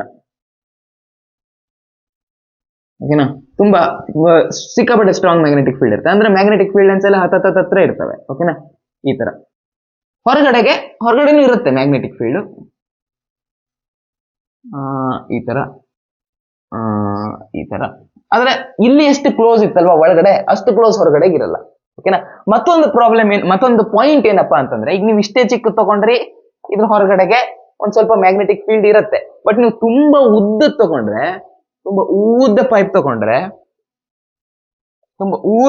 ತಗೊಂಡು ಈ ರೀತಿ ಸುತ್ತಾ ಹೋದ್ರೆ, ಅಂದ್ರೆ ತುಂಬಾ ಲಾಂಗ್ ಸೊಲೆನೈಡ್ ತಗೊಂಡ್ರೆ ಏನಾಗುತ್ತೆ ಅಂತಂದ್ರೆ, ಒಳಗಡೆಗಂತೂ ಎಲೆಕ್ಟ್ರಿಕ್ ಫೀಲ್ಡ್ ಸ್ಟ್ರಾಂಗ್ ಇರುತ್ತೆ, ಸಿಕ್ಕಾಪಟ್ಟೆ ಸ್ಟ್ರಾಂಗ್ ಇರುತ್ತೆ. ಸಾರಿ, ಎಲೆಕ್ಟ್ರಿಕ್ ಫೀಲ್ಡ್ ಅಲ್ಲ, ಮ್ಯಾಗ್ನೆಟಿಕ್ ಫೀಲ್ಡ್. ಒಳಗಡೆ ಅಂತೂ ಮ್ಯಾಗ್ನೆಟಿಕ್ ಫೀಲ್ಡ್ ಸಿಕ್ಕಾಪಟ್ಟೆ ಸ್ಟ್ರಾಂಗ್ ಇರುತ್ತೆ. ಬಟ್ ಹೊರಗಡೆಗೆ ಲೂಪ್ ಕ್ರಿಯೇಟ್ ಮಾಡ್ಬೇಕಲ್ವಾ, ತುಂಬಾ ದೊಡ್ಡ ಲೂಪ್ ಕ್ರಿಯೇಟ್ ಮಾಡ್ಬೇಕದು. ಒಂದಂತೂ ಇಲ್ಲಾಯ್ತು, ಇನ್ನೊಂದು ಮಾಡ್ಬೇಕಂದ್ರೆ ಅದು ತುಂಬಾ ಕಷ್ಟ, ಬೋರ್ಡಿಂದ ಹೊರಗಡೆನೆ ಹೋಗುತ್ತೆ. ಅಂದ್ರೆ ಇಲ್ಲಿ ಹೊರಗಡೆಗೆ ಮ್ಯಾಗ್ನೆಟಿಕ್ ಫೀಲ್ಡ್ ಲೈನ್ಸ್ ಏನಿದೆಯೋ ಅದು ಸಿಕ್ಕಾಪಟ್ಟೆ ದೂರ ಆಗುತ್ತೆ. ಚಿಕ್ಕ ಸೊಲೆನಾಯ್ಡ್ ತಗೊಂಡ್ರೆ ಇಟ್ಸ್ ಓಕೆ, ಒಳಗಡೆ ಹೊರಗಡೆ ಜಾಸ್ತಿ ಏನ್ ಡಿಫ್ರೆನ್ಸ್ ಇರಲ್ಲ ಒಳಗಡೆದಕ್ಕೂ ಹೊರಗಡೆದಕ್ಕೂ.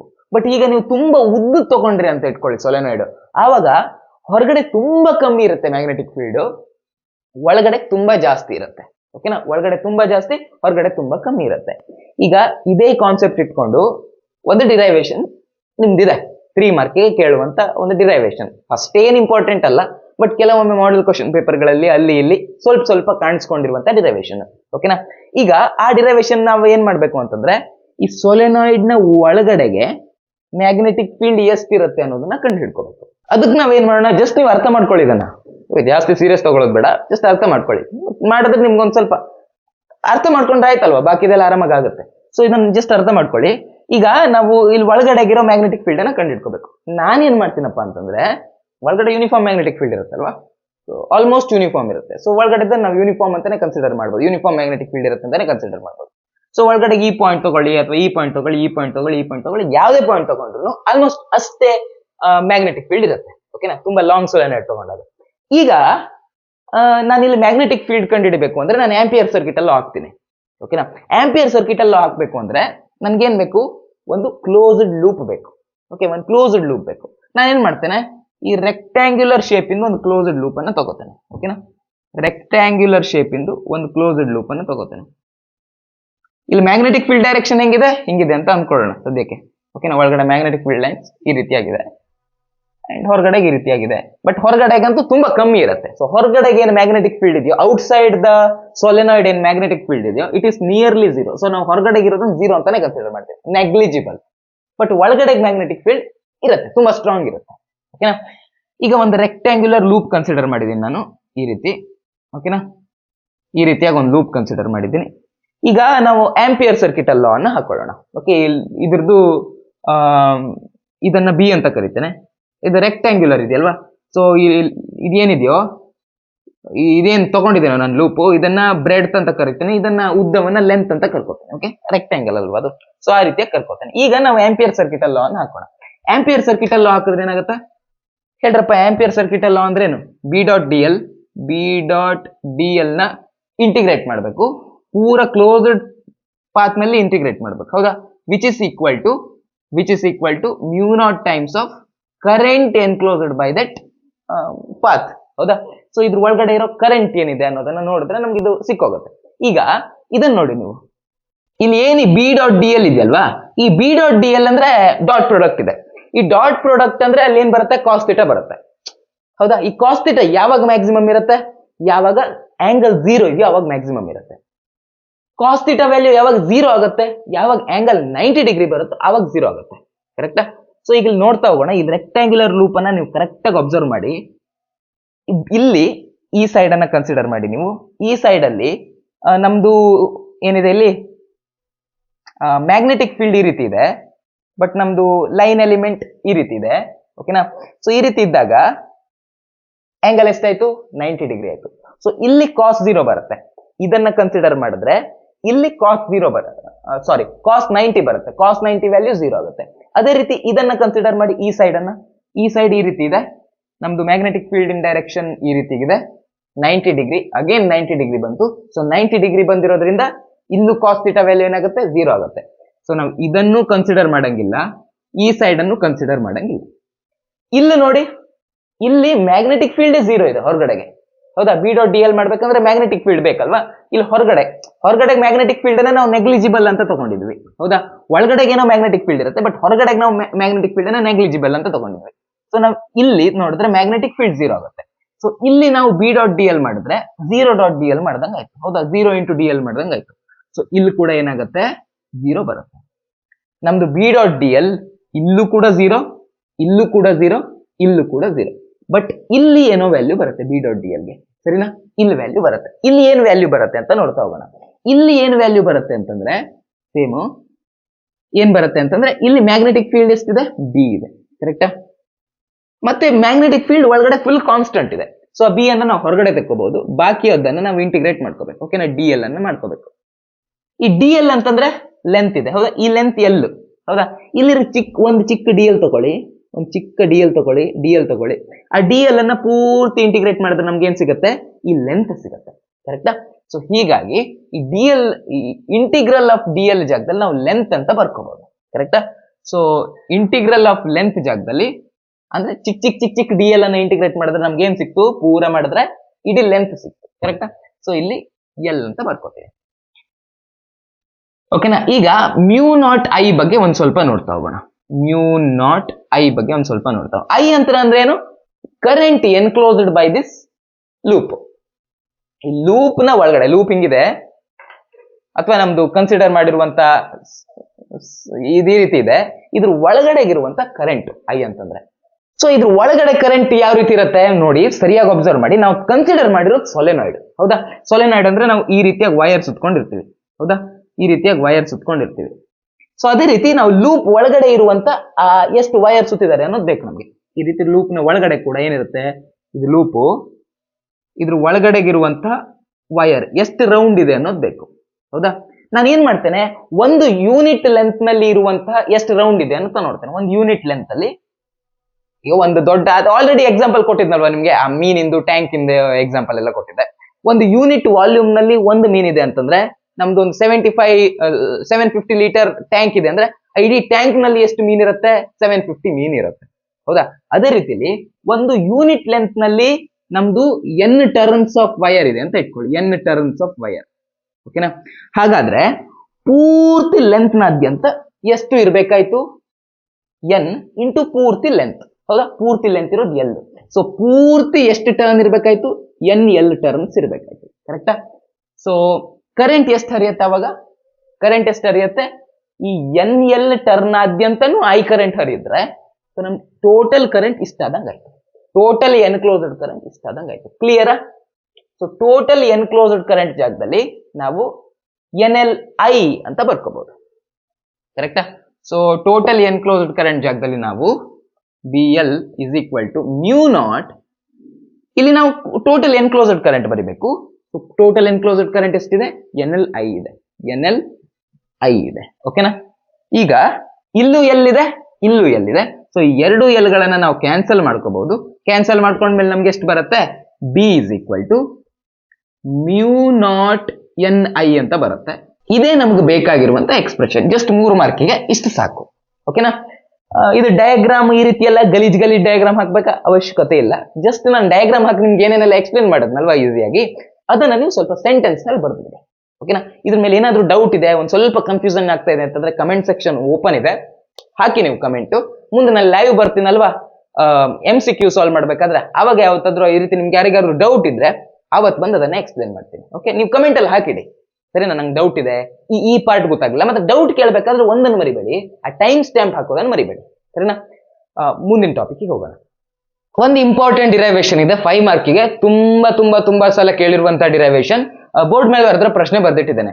ಏನ್ ಮಾಡ್ಬೇಕಂತಂದ್ರೆ, derive the expression for the force between 2 long straight parallel conductors. 2 parallel straight conductors ನ ತಗೋಬೇಕು, ಓಕೆನಾ. 2 ಪ್ಯಾರಲಲ್ ಆಗಿರೋ ಸ್ಟ್ರೇಟ್ ಕಂಡಕ್ಟರ್ ನ ತಗೋಬೇಕು. ಲಾಂಗ್ ಇರಬೇಕು, ತುಂಬಾ ಲಾಂಗ್ ಇರಬೇಕು. ಸೊ ಅದನ್ನ ಇನ್ಫೈನೈಟ್ಲಿ ಲಾಂಗ್ ಅಂತ ಇಲ್ಲಿಗೆ ತೋರಿಸ್ಬಿಡಿ, ಸರಿನಾ. ಚಿತ್ರದಲ್ಲಿ ಆ ರೀತಿ ತೋರಿಸ್ಬಿಡಿ, ಓಕೆ. ಪ್ಯಾರಲಲ್ ಕಂಡಕ್ಟರ್ಸ್ ನಾವ್ ಏನ್ ಕಂಡಿಡಬೇಕು, ನಾವು ಫೋರ್ಸ್ ಗೆ ಫಾರ್ಮುಲಾ ಕಂಡಿಡಬೇಕು. Between 2 long straight parallel conductors carrying current. So 2 conductor ಅಲ್ಲೂ ಏನಿರ್ಬೇಕು, ಇಲ್ಲಿ ಕರೆಂಟ್ ಇರ್ಬೇಕು. ಇದ್ರ ಕರೆಂಟ್ ಐ, ಇದು ಕರೆಂಟ್ ಅನ್ನ I1 ಅಂತ ಕರೀವ, ಇದ್ರ ಕರೆಂಟ್ ಅನ್ನ I2 ಅಂತ ಕರೀವ, ಓಕೆನಾ. ಇದು ನಮ್ದು ನಂಬರ್ 1 ಅಥವಾ ಎ ಅಂತ ಕರಿವಾ, ಸರಿನಾ? ಈ ಕಂಡಕ್ಟರ್ ಎ ಅಂತ ಕರಿವಾ, ಈ ಕಂಡಕ್ಟರ್ಗೆ ಬಿ ಅಂತ ಕರಿವಾ, ಓಕೆನಾ? ಅದರಲ್ಲಿ ಐ ಕರೆಂಟ್ ಹರಿತಾ ಇದೆ. ಇವಾಗ ನೀವು ಹೇಳಿ, ಈ ಕರೆಂಟ್ ಅಲ್ಲಿ ಕರೆಂಟ್ ಹರಿತಾ ಇದೆ, ಸೊ ಇದ್ರ ಸುತ್ತ ಏನಿರುತ್ತೆ?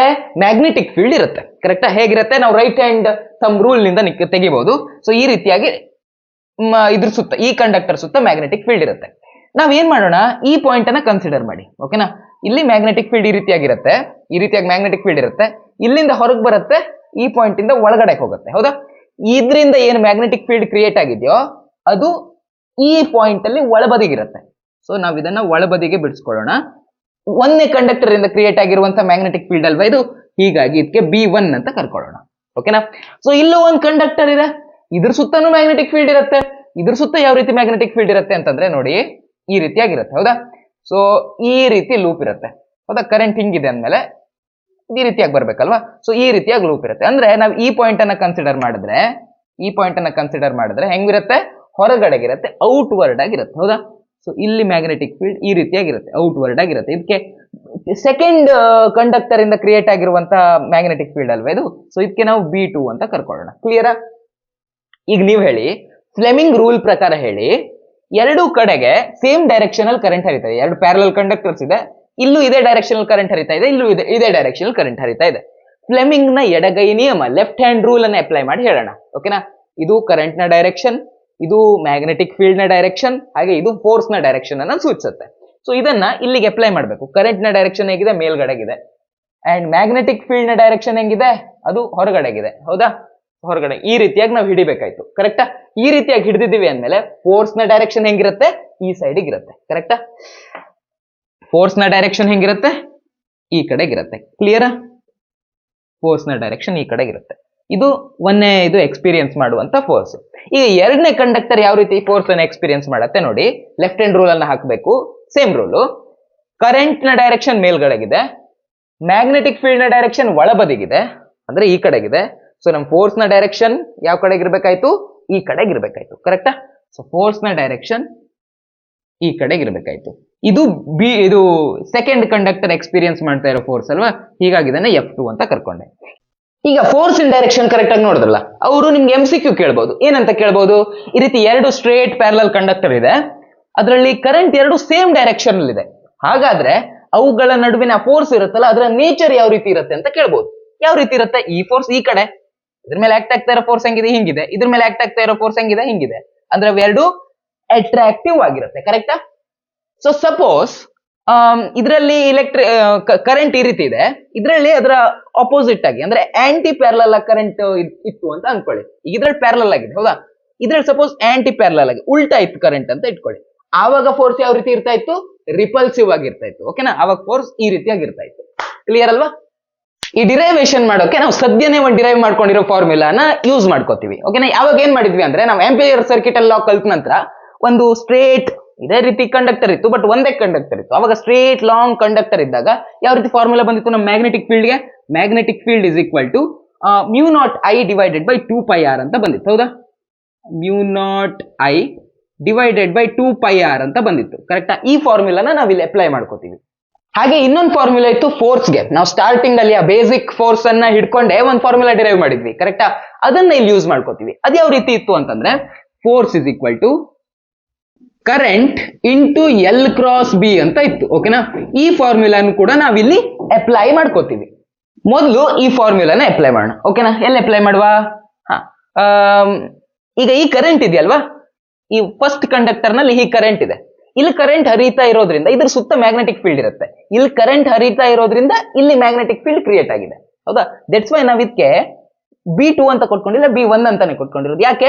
ಈ ಕರೆಂಟ್ ನಿಂದ ಇಲ್ಲಾಗಿರುವಂತ ಮ್ಯಾಗ್ನೆಟಿಕ್ ಫೀಲ್ಡ್ ಅಂತ ಹೇಳೋದಕ್ಕೆ. ಸೊ ಈ ಮ್ಯಾಗ್ನೆಟಿಕ್ ಫೀಲ್ಡ್ ಗೆ ಈ ಫಾರ್ಮುಲಾನ ಅಪ್ಲೈ ಮಾಡಿ. ಏನಾಗುತ್ತೆ ಅವಾಗ? B1 B ಜಾಗದಲ್ಲಿ B1 ಬರ್ಕೋಬೇಕು ಅಲ್ವಾ, ಇಸ್ ಈಕ್ವಲ್ ಟು μ0I ಜಾಗದಲ್ಲಿ ಏನ್ ಬರ್ಕೋಬೇಕು? ಈ ಮ್ಯಾಗ್ನೆಟಿಕ್ ಫೀಲ್ಡ್ ಕಾರಣ ಆದವ್ರು ಯಾರು? ಇಲ್ಲಿ ಹರಿತಾ ಇರುವಂತ current. So I1 divided by 2πd, ಕರೆಕ್ಟಾ? 2πr ಇದೆ. ಇಲ್ಲಿ ನಾವು ಇವೆರಡರ ನಡುವಿನ ಡಿಸ್ಟೆನ್ಸ್ ಅನ್ನ D ಅಂತ ಕರ್ಕೊಳ್ಳೋಣ. ಕ್ಲಿಯರಾ? ಇವೆರಡರ ನಡುವಿನ ಡಿಸ್ಟೆನ್ಸ್ ಅನ್ನ ನಾವು D ಅಂತ ಕರ್ಕೊಳ್ಳೋಣ. ಸೊ ಅವಾಗ ಇಲ್ಲಿ ಏನಾಗುತ್ತೆ? 2πd ಅಂತ ಆಗುತ್ತೆ. ಇವಾಗ ಫೋರ್ಸ್ ನೋಡೋಣ. Force is equal to force is equal to I into force ಅಂದ್ರೆ ನಾವೇನ್ ತಗೊಳ್ವಾ ಇಲ್ಲಿ ಯಾವ್ದಾದ್ರು ಒಂದ್ ತಗೊಳ್ಳಿ, ನೀವು ಇದನ್ನಾದ್ರೂ ತಗೋಬಹುದು, ಇದನ್ನಾದ್ರೂ ತಗೋಬಹುದು.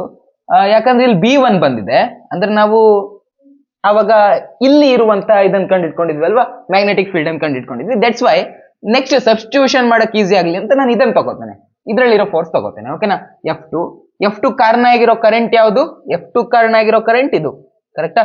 So I2 into L cross B ಅಂದ್ರೆ LB ಸೈನ್ ಥೀಟಾ, ಹೌದಾ? LB ಸೈನ್ ಥೀಟಾ, ಬಿ ಅಂತಂದ್ರೆ B1 ಬರುತ್ತೆ. ಇಲ್ಲಿ ಇದು ಎಕ್ಸ್ಪೀರಿಯನ್ಸ್ ಮಾಡ್ತಾ ಇರೋ ಮ್ಯಾಗ್ನೆಟಿಕ್ ಫೀಲ್ಡ್ ಯಾರ್ದು, ಇವನದನ್ನ ಎಕ್ಸ್ಪೀರಿಯನ್ಸ್ ಮಾಡ್ತಾ ಇದೆ ಇದು, ಹೌದಾ? ಸೊ ದಟ್ಸ್ ವೈ ಇಲ್ಲಿ B1 ಅಂತ ಬರುತ್ತೆ, B1 ಸೈನ್ ಥೀಟಾ. ಕ್ಲಿಯರಾ? ಇವಾಗ ಇಲ್ಲಿ ನೋಡಿ, LB ಸೈನ್ ಥೀಟಾ ಅಂದ್ರೆ ಏನಾಗುತ್ತೆ? ಎಲ್ ಅಂತಂದ್ರೆ ಇದ್ರ ಲೆಂತ್, ಓಕೆನಾ? ಇದ್ರ ಲೆಂತ್, ಇದನ್ನು ನಾವು ಕರೆಂಟ್ ಡೈರೆಕ್ಷನ್ ಅಲ್ಲೇ ತಗೊಳ್ಳೋಣ. ಇದು ಎಲ್ ಆಯ್ತು. ಬಿ ಇರೋದು ಎಲ್ಲಿ? ಆ ಕಡೆಗೆ, ಹಿಂದ್ಗಡೆಗಿದೆ, ಹೌದಾ? ಇವೆರಡರ ನಡುವೆ ಇರುವಂತಹ ಆಂಗಲ್ ಎಷ್ಟಿದೆ? 90 ಡಿಗ್ರಿ ಇದೆ. ಸೊ ಇದು ಸೈನ್ 90 ಆಗುತ್ತೆ. ಸೈನ್ 90 ವ್ಯಾಲ್ಯೂ 1 ತಾನೆ. ಸೊ ಸೈನ್ 90 ವ್ಯಾಲ್ಯೂ 1 ಆಗಿರೋದ್ರಿಂದ ಇದನ್ನ ಬರೀಕೊಳ್ಳುವ ಅವಶ್ಯಕತೆ ಇಲ್ಲ. ಕ್ಲಿಯರಾ? ಇಷ್ಟ ಆಗತ್ತೆ. ಈಗ ಇಲ್ಲಿ B1 ಇದೆ, ಸೊ ಈ B1 ವ್ಯಾಲ್ಯೂನ ಇಲ್ಲಿ ಸಬ್ಸ್ಟಿಟ್ಯೂಟ್ ಮಾಡ್ಬಿಡಿ. ಅವಾಗ ಏನಾಗುತ್ತೆ? F2 is equal to I2 into L into B1 value, ಇದನ್ನ ಸಬ್ಸ್ಟಿಟ್ಯೂಟ್ ಮಾಡಿ. μ0 I1 ಡಿವೈಡೆಡ್ ಬೈ 2πd. ನಾವಿವಾಗ F2 ಗೆ ಮಾಡಿದ್ ನೋಡಿದ್ವಲ್ವಾ, ಹಾಗೆ ನೀವು ಬೇಕಾದ್ರೆ F1 ಗೆ ಮಾಡಿ ನೋಡಿ, ಆವಾಗ್ಲೂ ನಮ್ಮ ಎಕ್ಸ್ಪ್ರೆಷನ್ ಸೇಮ್ ಬರುತ್ತೆ, ಏನು ಚೇಂಜ್ ಆಗಲ್ಲ. ನಾವು ಇದನ್ನ ಬೇಕಾದ್ರೆ ನಾವು ಒಂದ್ ಸ್ವಲ್ಪ ಸರಿ ಮಾಡಿ ಬರ್ಕೋತೇನೆ. F2 is equal to I2 μ0 by 2π ಬರ್ಕೊಂಡೆ. ಹಾಗೆ ಉಳ್ಕೊಂಡಿರೋದೇನು? I1 into I2 into L, ಹೌದಾ? I1 I2 into L divided by 2π already ಬರ್ಕೊಂಡೆ, ಡಿ ಅಂತ ಬರ್ಕೊಂಡೆ. ಓಕೆನಾ? ಸೊ ಇದನ್ನೇ ಒಂದ್ ಸ್ವಲ್ಪ ಸರಿ ಮಾಡಿ ಬರ್ಕೊಂಡದಷ್ಟೇ, ಸ್ವಲ್ಪ ಹಿಂದೆ ಮುಂದೆ ಮಾಡಿ ಒಂದ್ ಸ್ವಲ್ಪ ನೀಟಾಗಿ ಕಾಣೋ ತರ ಬರ್ಕೊಂಡದಷ್ಟೇ. ನೀಟಾಗಿ ಕಾಣೋದಂದ್ರೆ ಓದ್ಲಿಕ್ಕೆ ನೀಟಾಗಿ ಆಗ್ಬೇಕು. I1 I2 ಎಲ್ಲ ಹತ್ರ ಬರ್ಕೊಂಡಲ್ವಾ, ಸೊ ಓದ್ಲಿಕ್ಕೆ ಒಂದ್ ಸ್ವಲ್ಪ ಚೆನ್ನಾಗಿ ಅನ್ಸುತ್ತೆ. ಓಕೆನಾ?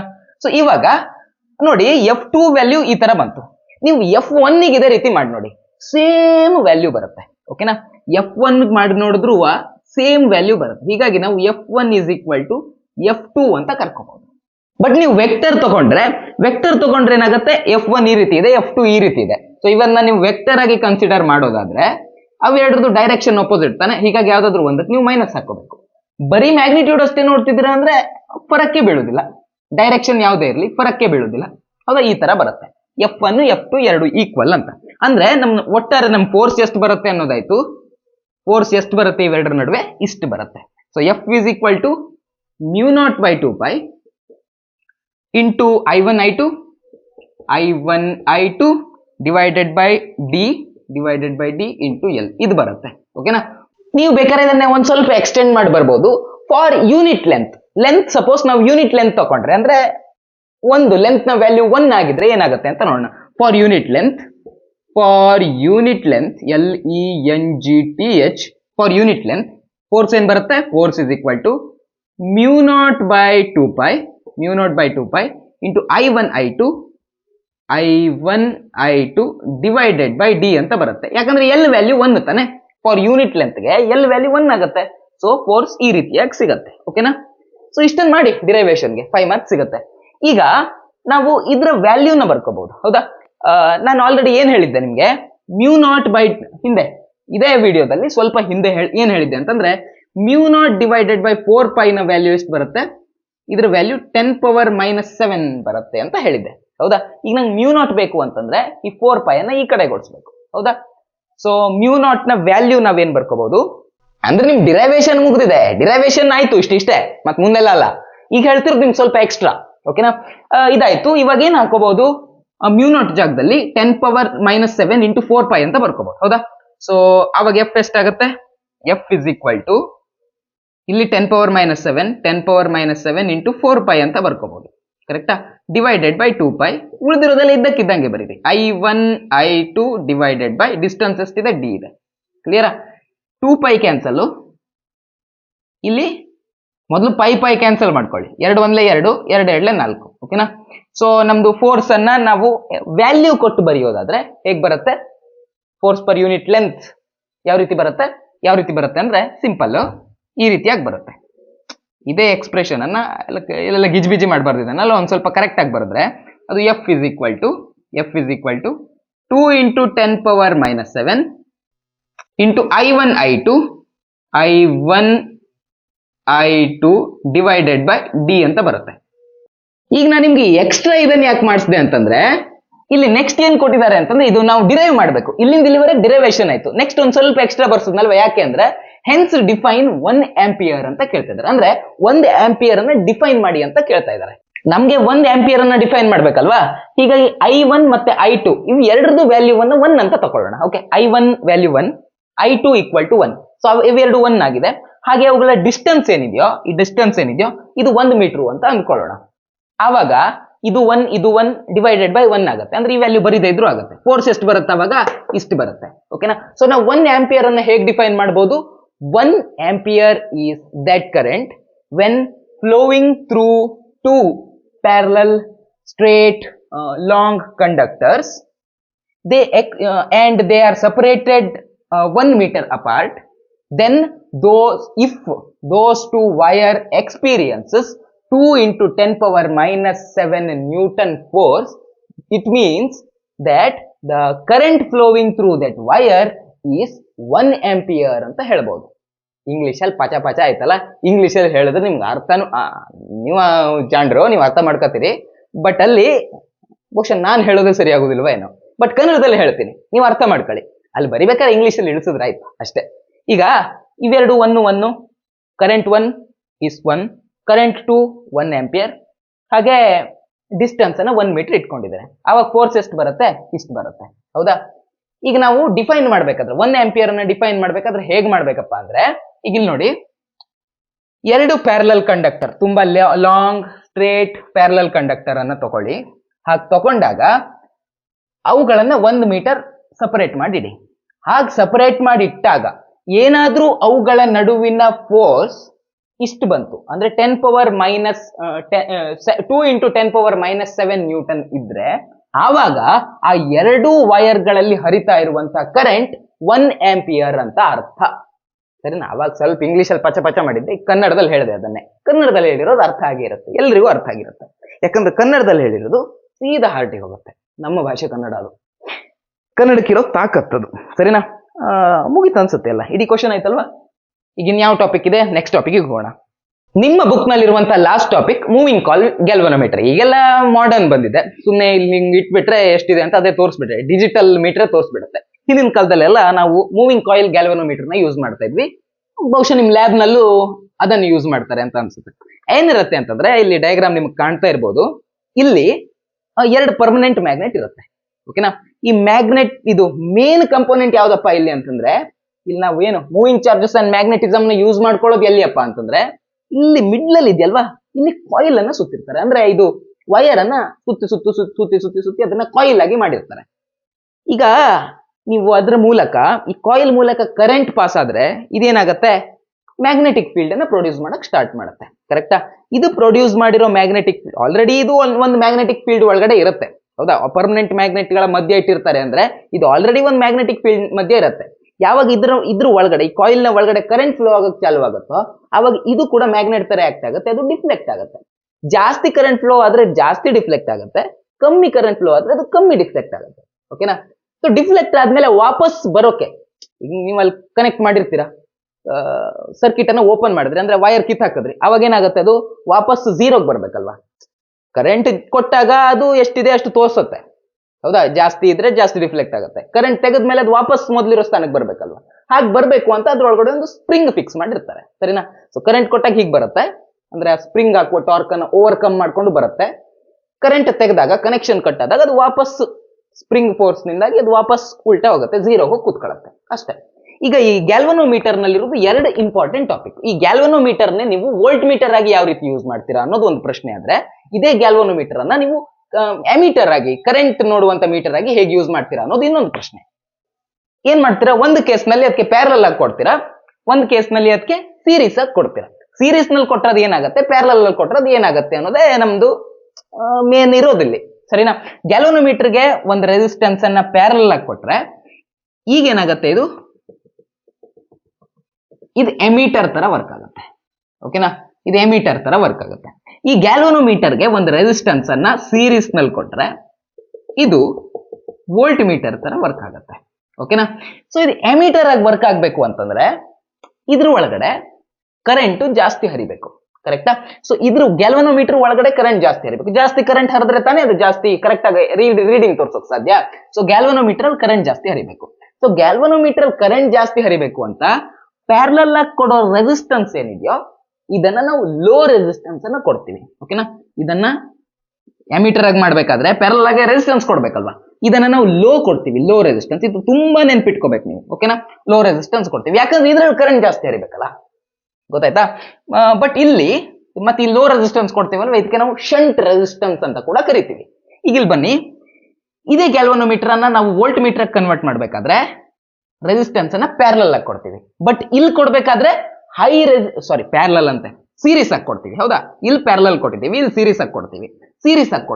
ಸೀರೀಸ್ ನಲ್ಲಿ ರೆಸಿಸ್ಟೆನ್ಸ್ ಏನ್ ಕೊಡ್ತೀವೋ ಇದನ್ನ ತುಂಬಾ ಹೈ ವ್ಯಾಲ್ಯೂ ಇರೋ ರೆಸಿಸ್ಟೆನ್ಸ್ ಅನ್ನ ಕೊಡ್ತೀವಿ. ಓಕೆನಾ? ರೆಸಿಸ್ಟೆನ್ಸ್ ಏನಿರುತ್ತೆ ಇಲ್ಲಿ ಹೈ ಇರುತ್ತೆ. ಯಾಕೆ ಹೈ ಇರುತ್ತೆ? ರೆಸಿಸ್ಟೆನ್ಸ್ ಜಾಸ್ತಿ ಇದ್ರೆ ಇಲ್ಲಿ ವೋಲ್ಟೇಜ್ ಡ್ರಾಪ್ ಜಾಸ್ತಿ ಆಗುತ್ತೆ, ಅದಕ್ಕೆ ಹೈ ರೆಸಿಸ್ಟೆನ್ಸ್ ಕೊಡ್ತೀವಿ.